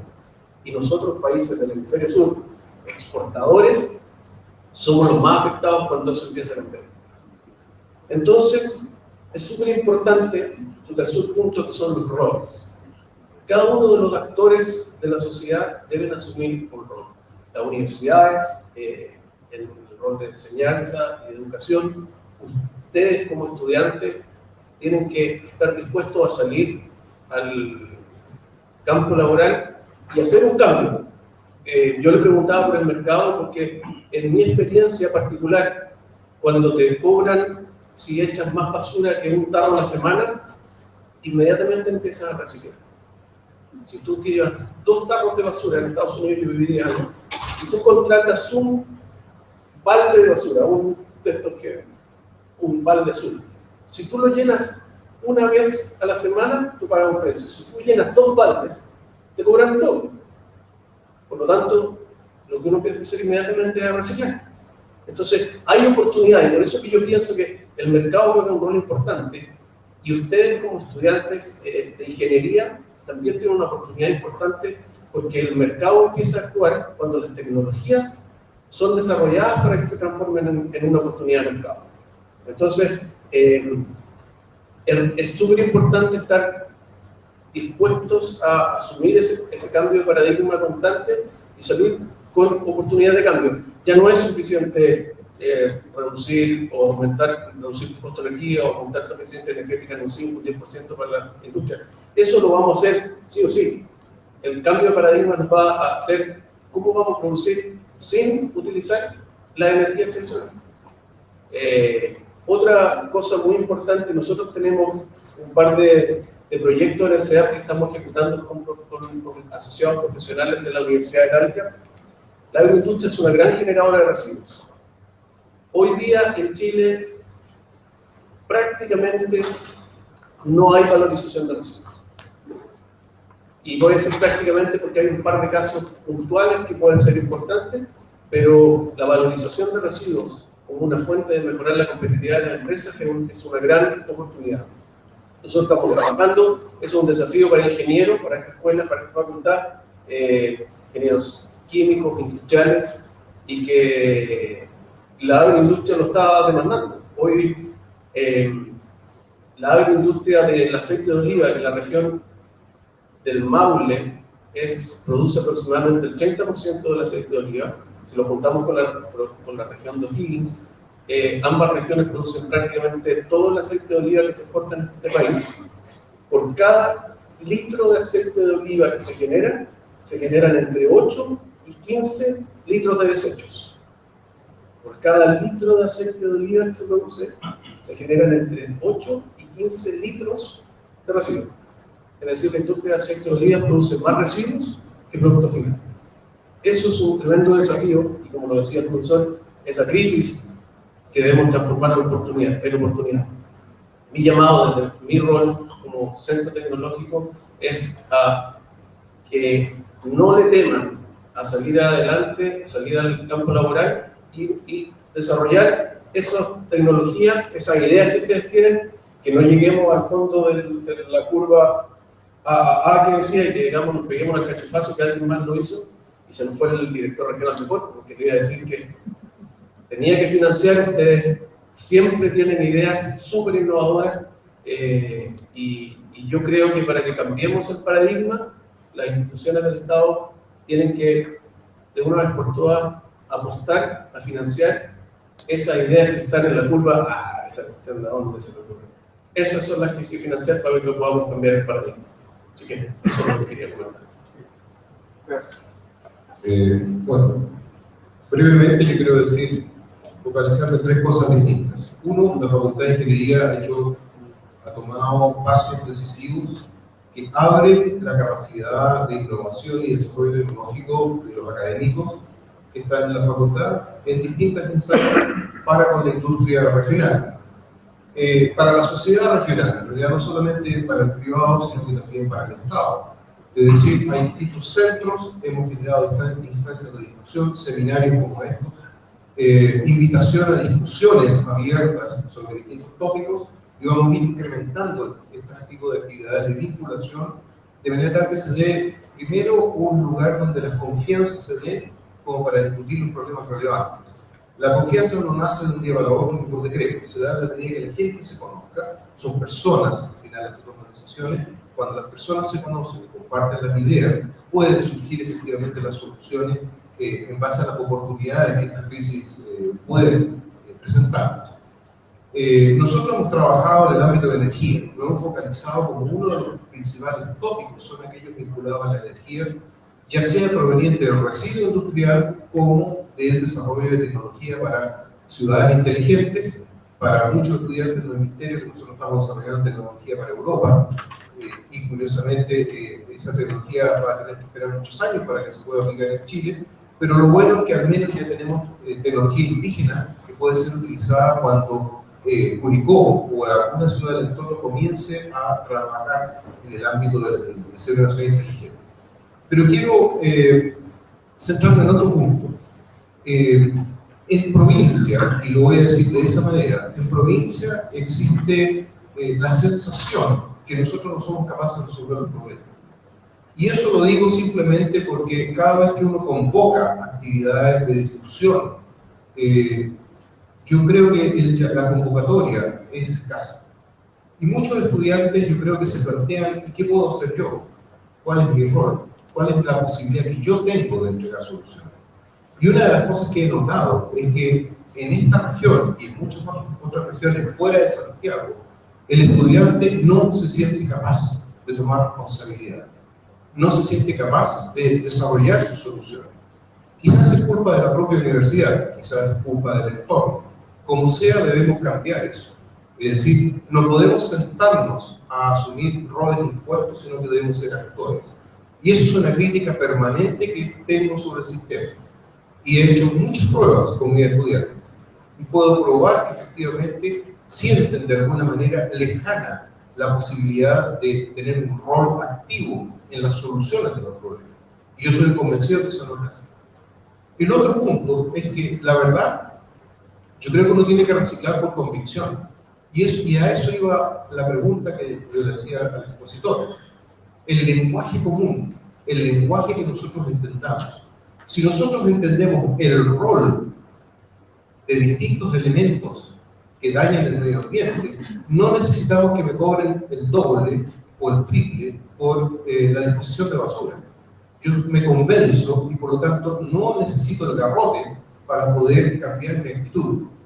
La educación en realidad se manifiesta en la cultura, y la cultura justamente es cuando a uno se le olvidan las cosas que a uno le enseñaron. Sin embargo, uno ya adquirió una cultura y lo hace por esa convicción. Entonces, no esperemos que el garrote sea lo que nos motiva. Lo que nos motiva es la convicción que necesitamos producir el cambio, ser actores del cambio. De lo contrario, vamos a ser como algunas sociedades, y puedo citar ejemplos, que cuando les quitan el garrote, vuelven atrás. ¿Cuántos hemos visto que hay personas que en sus países son muy bien comportaditos, porque están repletos de cámaras fotográficas, porque están repletos de leyes represoras, pero cuando se las quitan y ellos van a otro lugar, se desbandan? Esa es la diferencia entre asumir y asimilar la cultura a simplemente siempre estar bajo la ley del garrote. Yo creo que para poder cambiar el planeta, lo que debemos hacer es asumir y sentir profundamente aquello que nosotros creemos que es necesario. Y para eso debemos ser verdaderos actores. Pero para ser verdaderos actores debemos participar. Si uno no participa y es pasivo, simplemente está esperando que alguien, algún político ilustrado, tenga la voluntad de legislar de la manera adecuada y reglamentar de la manera adecuada para que los cambios se produzcan. Mientras esa actitud no cambie entre nosotros, difícilmente vamos a poder dar el salto que se requiere para por lo menos reaccionar frente al cambio climático.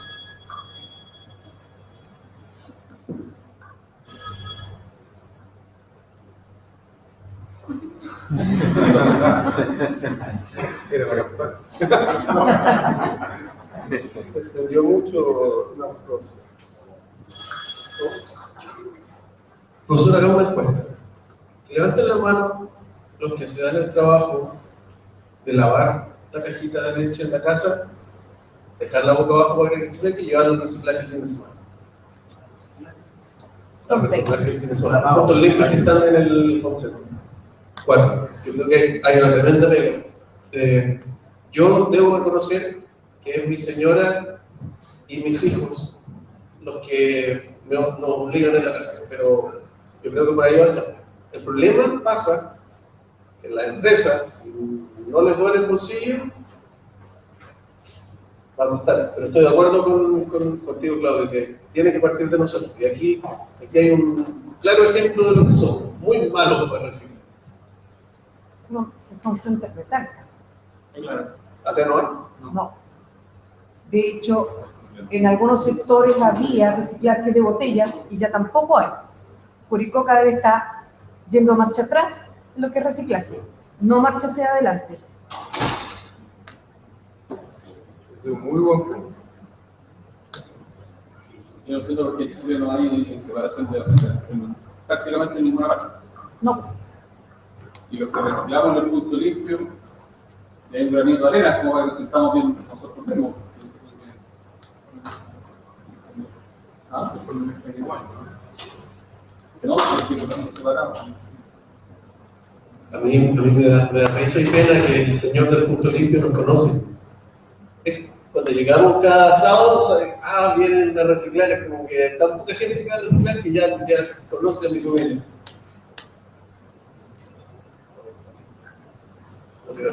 La municipalidad, ¿qué rol cumplen acá? Es importante porque yo vivo en Teo. Y si tú miras, tengo muy pocos lugares de reciclaje y no lo conozco el de vidrio, ¿sabes? Sectores adheranos muy bonitos que están siendo basureros, están muchos, ¿sí? Yo siempre salgo a trotar en bicicleta y la pena los lugares que antes eran muy bonitos hoy día son entornos de basura. Y que viven personas que viven de la municipalidad o que están insertos en esto y lo ven diariamente. ¿Cuál es el problema?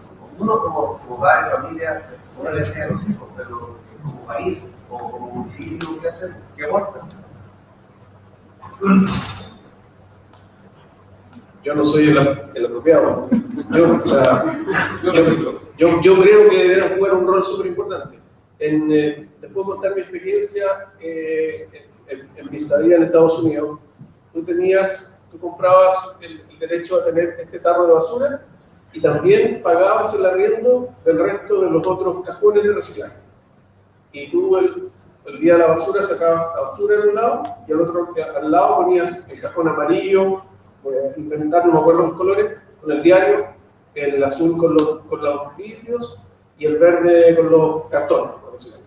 Y pasaba la basura municipal que desechaba el camión de la basura y detrás de la basura pasaba el camión de reciclaje que desechaba las cosas de reciclaje. Entonces, yo creo que en algún momento los tomadores de decisión tienen que desarrollar eso, porque me imagino que si están las facilidades, entiendo que si en Curicó no hay donde reciclar es súper difícil, es molesto reciclar, toma un tiempo, es sucio, es hediondo, requiere un sacrificio.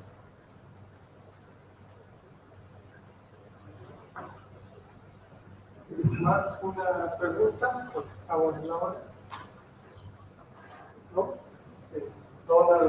If I may, part of what you were talking about in terms of municipal responsibility, in terms of closing the loops, several regions in the world, New Zealand among them, have passed laws that said no materials to landfills, zero waste to landfills. And they begin then looking at what are the sources, how can they be reduced at the source, how can we close the loop in a more circular economy methodology, including waste demolition waste from tearing down old buildings or old roadways, and finding instead of to use them and making new cement, making new asphalt, making new bricks, and so on and so on.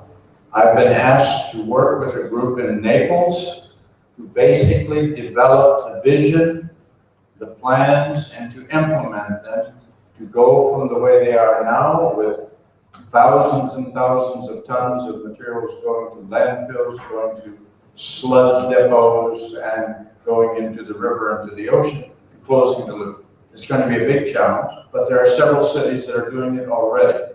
So that's one side. But that has to be integrated into a much broader series of cycles where all industries are challenged for the same. And looking at our own homes. What can we do to close the loop? 4 years ago, we canceled our contract with the waste management company. That was $50 a month 4 years ago. We don't have any waste. We are careful what we buy. For example, when we go to the grocery store, we have cloth bags that we've been using for 20 years. We don't have plastic bags or paper bags. We buy the eggs in a special way, taking them home. Anything that isn't recyclable is composted. We don't produce waste that isn't either compostable or recyclable. Now we're doing it, and nobody else on the street is. But we can. You can too. Let me close by saying I hope that some of the ideas that we discussed were sufficiently new or in a different way that will trigger dialogue in your classes with your faculty and your faculty with your students and with your parents and the community. It will trigger some change. I hope so instead of the crisis. One of you asked, could you have the slides? Yes, of course. I'm going to give them to Ernesto, and you're welcome to use them. And if they are useful for you, very fine. And that one that wasn't working was working in my computer this morning. And so why it wasn't, I don't know, but it should work again on your computer. The sound of climate change, or if nothing else, just take that web link there and go to the web and download it. It is really impressive. And if you haven't seen that movie, The Crashing Ice, or Chasing Ice, watch that too. Watch it with your classmates, and it will begin to motivate you to prevent the crisis.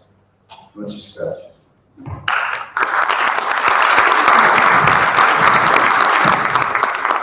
Bueno, muchas gracias. Me gustaría agradecer entonces a Claudio, nuestro decano, y a Ricardo por su participación y a todos.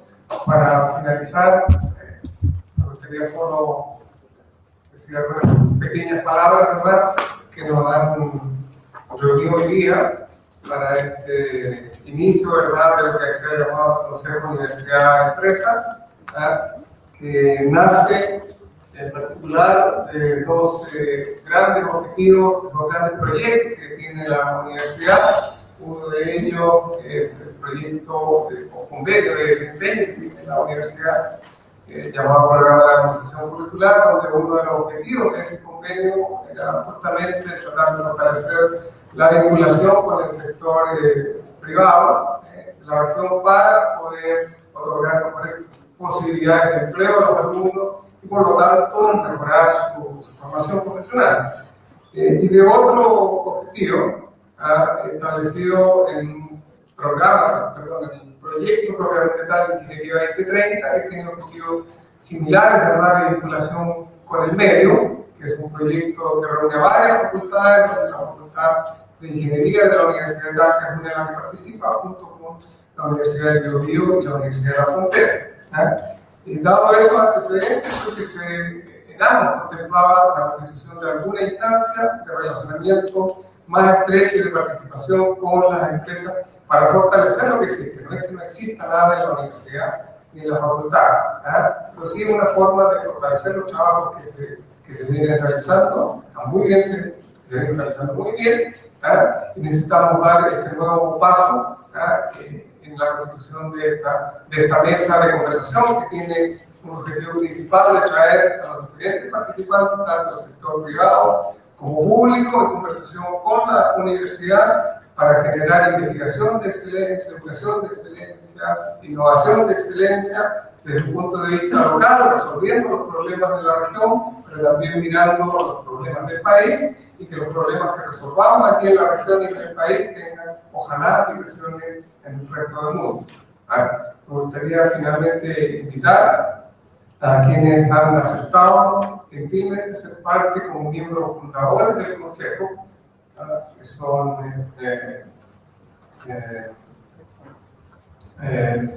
Gerard Casabón, que me gustaría por favor ¿Puedes acercarte? Gerard? ¿Sí? Decir algunas palabras y lo voy a invitar junto a Andrés, por favor, Andrés. Yo voy a presentarlo brevemente, ¿verdad? Gerard Casocón tiene una larga tradición de relacionamiento con las universidades. En general, él estuvo bastante tiempo trabajando en la Pontificia Universidad Católica de Chile. Hace poco él asumió una gran responsabilidad, diría yo que uno de los proyectos emblemáticos en Chile, en el área de investigación y de innovación. Él tiene la responsabilidad de administrar, ¿verdad?, como director, el Centro de Investigación e Innovación de la Viña Conchitoro, por todos nosotros conocida, y gentilmente la Viña Conchitoro, y en particular Gerard, ¿verdad?, han aceptado ser parte como miembros fundadores de esta iniciativa. Y también, ¿verdad?, Andrés Armstrong, él ha tenido una relación permanente con la universidad, a su cargo, ¿verdad?, es el director ejecutivo del Comité de Arándanos de Chile, que pertenece, si no me equivoco, Andrés, corrígeme, pertenece a la Asociación de Exportadores de Fruta de Chile. Entonces, son dos de los que están aquí, y está también el director de Corfo del Babolé, en representación, vamos a decirlo así, del sector público, que está también interesado en unirse a esta mesa de conversación, ¿verdad? Y bueno, son parte de los que no están dentro de la universidad, que están colaborando, están comenzando ahora, ¿verdad?, en esta mesa a ser parte de los problemas que nosotros tenemos que resolver entre la universidad y el sector público privado. ¿No se puede parar, por favor? ¿Aló? No sé si está...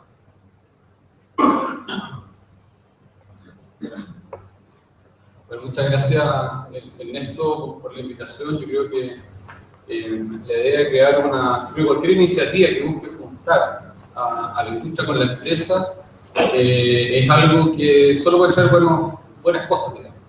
Yo creo que sin menospreciar tu objetivo de llegar a hacer cambios en el mundo, yo creo que nosotros somos capaces, con las innovaciones que podemos hacer dentro de las universidades, transformar eso en soluciones reales y que se implementen en la empresa en la región de Chile. Yo creo que ya eso es un gran logro. A mí me ha tocado participar en algunos proyectos en universidades y conjunto con las empresas a las cuales están asociadas en el comité, buscando problemas reales y también soluciones reales a esos problemas. La implementación muchas veces de esas soluciones resulta bastante complejo, por diversas razones, hasta desde el punto de vista de cómo uno comunica a las empresas para que entiendan cuál es la solución. Entonces yo creo que el unir lo que se hace en un lado y lo que se hace en otro es fundamental para que al final esos cambios se traduzcan en soluciones reales y en aumentos de competitividad y en mejora al final para las empresas y para nuestro país. La industria del arándano en Chile, no sé si ustedes saben, pero es el segundo productor, Chile es el segundo productor mundial de arándano y es el principal país exportador de arándano. El principal productor es Estados Unidos, pero principalmente ellos lo consumen en sus propios mercados, entonces no tienen que exportarlo y lo consumen directamente de su país. Nosotros no, nosotros tenemos que producir en Chile y transportar nuestros arándanos 2 semanas en un barco a Estados Unidos, o 3 semanas a Europa, 4 semanas a Asia, donde hemos aumentado bastante nuestras exportaciones. Ahora eso nos significa una serie de desafíos en los cuales tenemos que ir adelantando y no esperar que llegue la crisis, ¿no es cierto?, para que empecemos a buscar soluciones cuando vemos que hay producción creciente de arándanos en los países vecinos que pueden hacer competencia, como lo que está pasando en Perú, lo que pasa en México, también en Argentina. Y obviamente tenemos que lidiar con situaciones de cambio climático, de aumentos de temperatura, de falta de escasez de agua, de disponibilidad de mano de obra. Como hoy día es una limitante el crecimiento de la exportación de arándanos en Chile, la disponibilidad de mano de obra. No tenemos gente, digamos, con las variedades que tenemos hoy día, con las productividades que hay, aumentar nuestras exportaciones solamente porque no somos capaces de cosechar bien la fruta que estamos produciendo. Yo creo que hay una cantidad de desafíos y al mismo tiempo soluciones que deberíamos ser capaces de encontrar para que mantengamos nuestra competitividad en nuestro lugar. En este caso, estoy hablando lo van a hacer súper extensivo a un montón de industria. Así que Néstor, le agradezco de verdad la oportunidad de participar y espero que tengamos buenos resultados para el trabajo que está iniciando y te felicito por la iniciativa. Muchas gracias.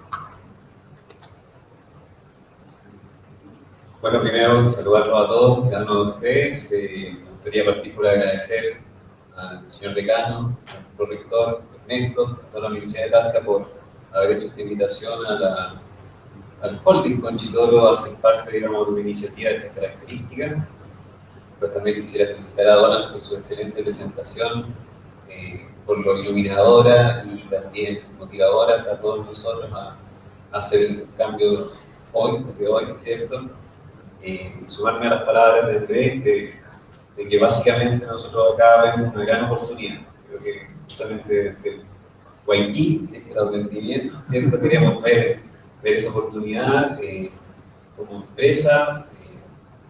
Hemos creído en la región, creemos en la regionalización, sabemos todo lo que se hace y que se ha hecho acá, que es un polo, ¿cierto?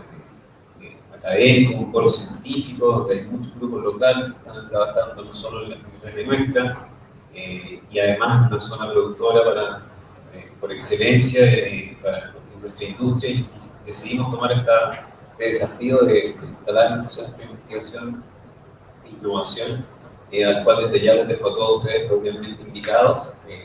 Ernesto quedará en tus manos, a todos los que están aquí presentes, los que tienen conveniente, quizás organizar una jornada, una tarde donde podamos presentarle a todos ustedes, a los académicos, líderes de grupos, a los estudiantes, lo que es el centro, que puedan conocer lo que son nuestras líneas de investigación como una primera actividad todavía formal, que podamos transmitirles cuáles son nuestras necesidades, nuestros dolores, nuestras oportunidades, que además podamos tener una educación entretenida de los niños experimentales que nos ayude a inspirarnos.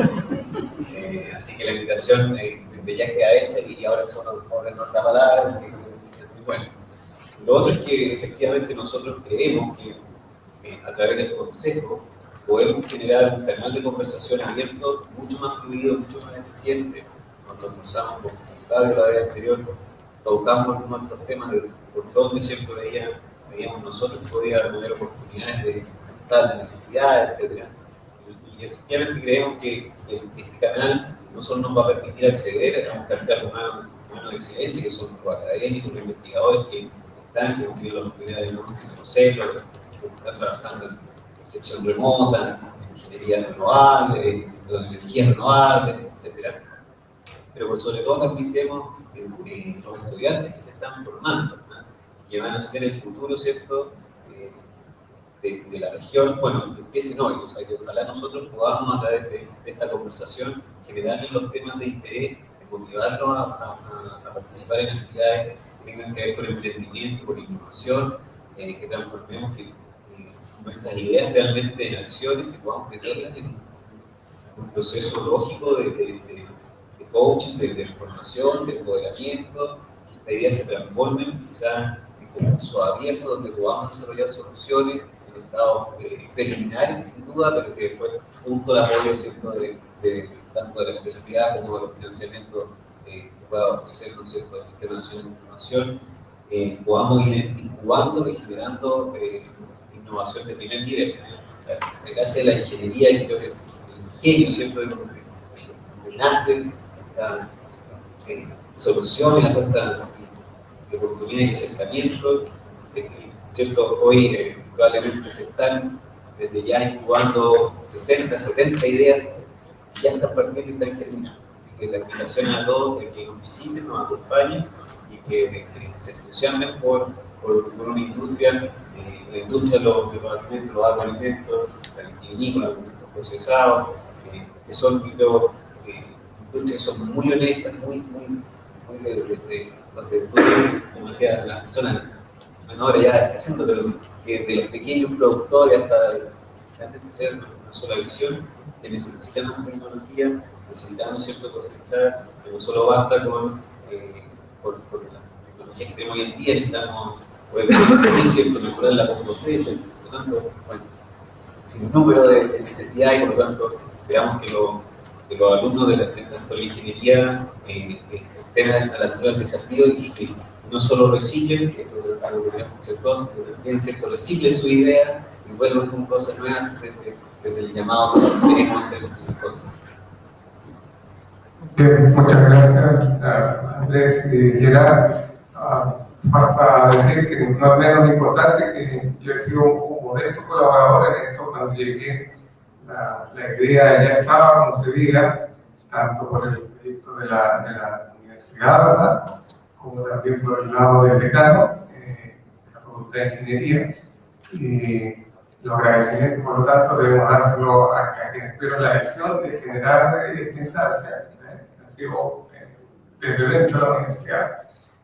Agradecimiento a usted por participar y, claro, al decano, que hoy el que preside este consejo, por parte de la universidad, también lo representa. Entiendo que va a existir más instancias para que otras instancias de la universidad también participen en este consejo, que es el consejo llamado estratégico, y que estamos, claro, hoy día dando el primer paso en eso, y que el segundo paso, ¿verdad?, será justamente conformando el consejo ejecutivo, que va a estar conformado por colegas profesores, ¿verdad?, de la universidad, y que ustedes de su parte también puedan colaborar en esa formación del Consejo Ejecutivo, donde puedan indicar miembros para que puedan ser parte de esto. Y los roles, ¿verdad?, son un poco diferentes, pero naturalmente complementarios. Mientras uno está más asociado a visiones un poco más estratégicas de mediano plazo, el otro tendrá indudablemente la labor de implementar, la dura tarea de implementar. Así que no sé si Claudio, ¿no?, o Pablo quieren decir algo más, ¿no? Ok, entonces nos gustaría darle un pequeño presente por parte de la universidad a ustedes, ¿verdad? Y a Don también. Marcia le va a entregar un pequeño presente. Y Don también para ti. Bueno, ok, gracias.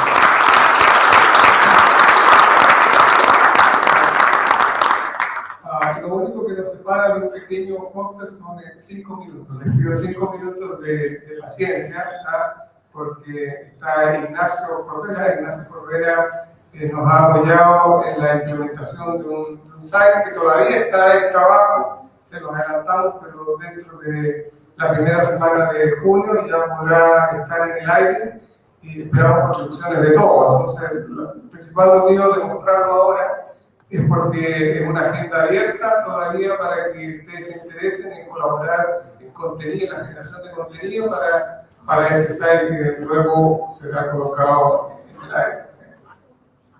Son solo 5 minutos.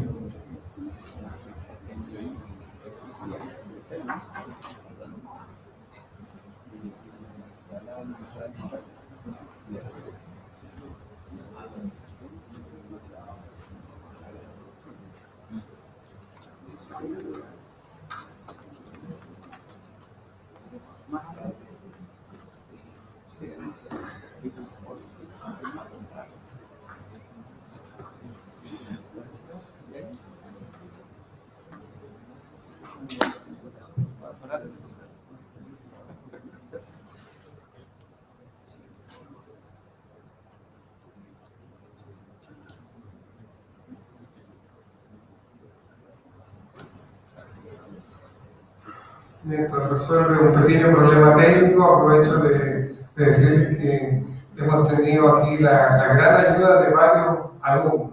Yo soy súper malo para los nombres, pero quiero comenzar con Sergio, que ya no es alumno. Él ha sido uno de los que ha apoyado fuertemente en la labor de organizar este seminario. Sergio González, que está allí. Marcia, que está aquí, ¿verdad?, que es alumna, que es parte también del del equipo de apoyo, de las actividades que hemos estado realizando. ¿Dónde está José? José, que está aquí, y me olvido de varios otros. ¿Dónde está Diego? ¿Está por allá? ¿Sí? ¿Algún otro que...? ¿Perdón? Los que están en el coffee. ¿Cuáles son los nombres de ellos? Camila y Daniela. Así que mientras resuelven aquel problema, le agradecería que le diéramos un aplauso a ellos, por favor. Cuidado de cada detalle, que son muchos. ¿Coffee o cóctel, profe? Disculpa, es un pequeño cóctel. Ya no era para ver si valía la pena los 5 minutos. No, va a valer la pena los 5 minutos.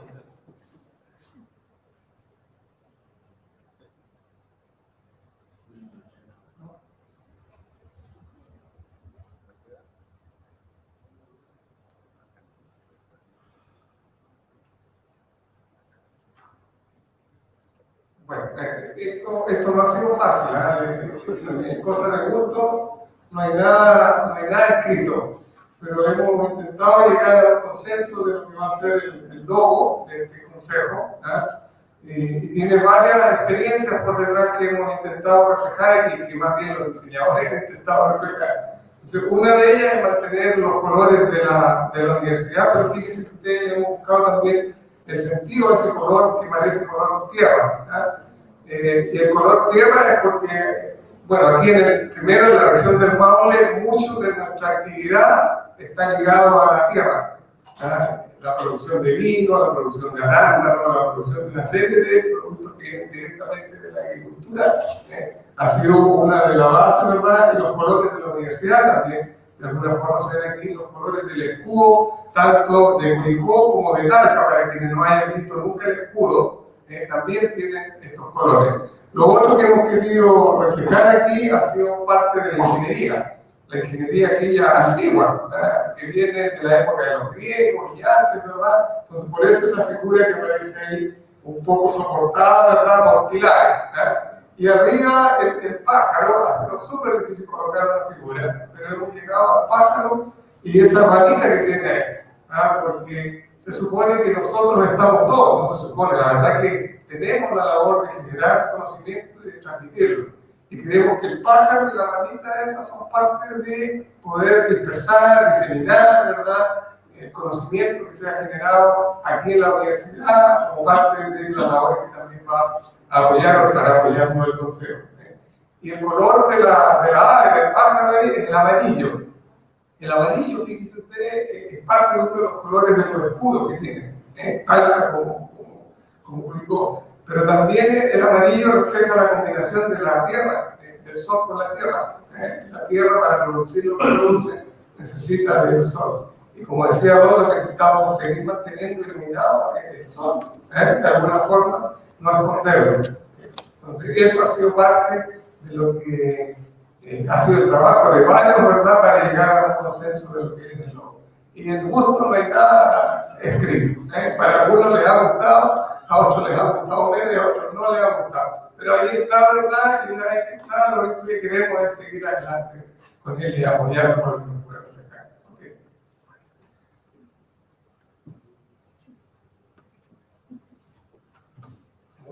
¿Okay? Buenas tardes. Bueno, yo les voy a mostrar el trabajo que hemos realizado hasta el momento con el sitio web. Esto es lo que en este momento se ha desarrollado. Es un sitio que, más allá de buscar una atracción gráfica o un gran diseño, lo que busca es una funcionalidad y una importancia en el contenido, porque es una plataforma que va a servir de interacción bidireccional para todos los involucrados en este proyecto.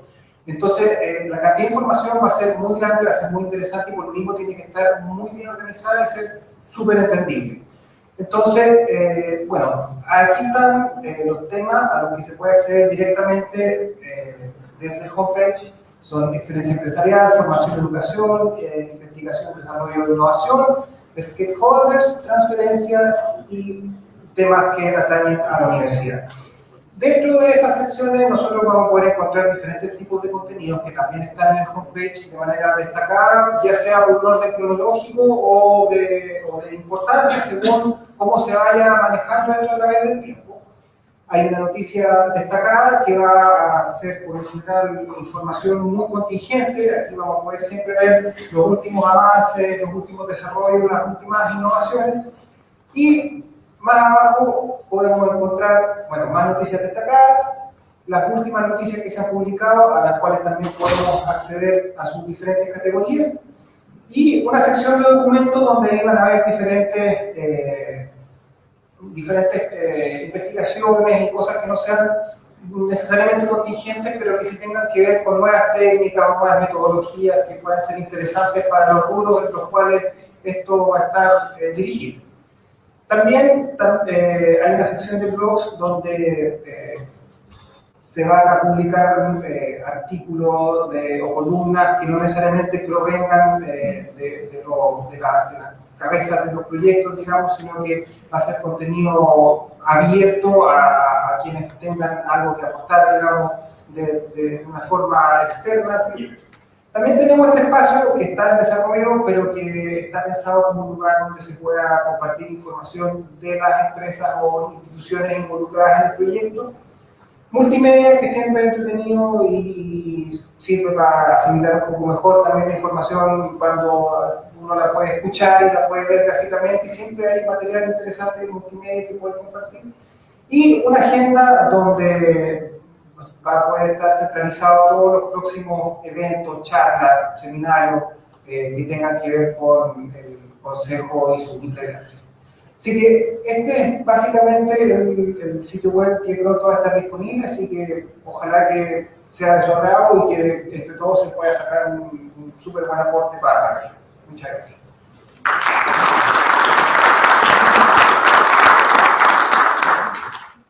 Bueno, con esto finalizamos, ¿verdad? Corrijo, entonces vamos al pequeño cóctel. Ustedes pueden ser guiados ahí, ¿por dónde?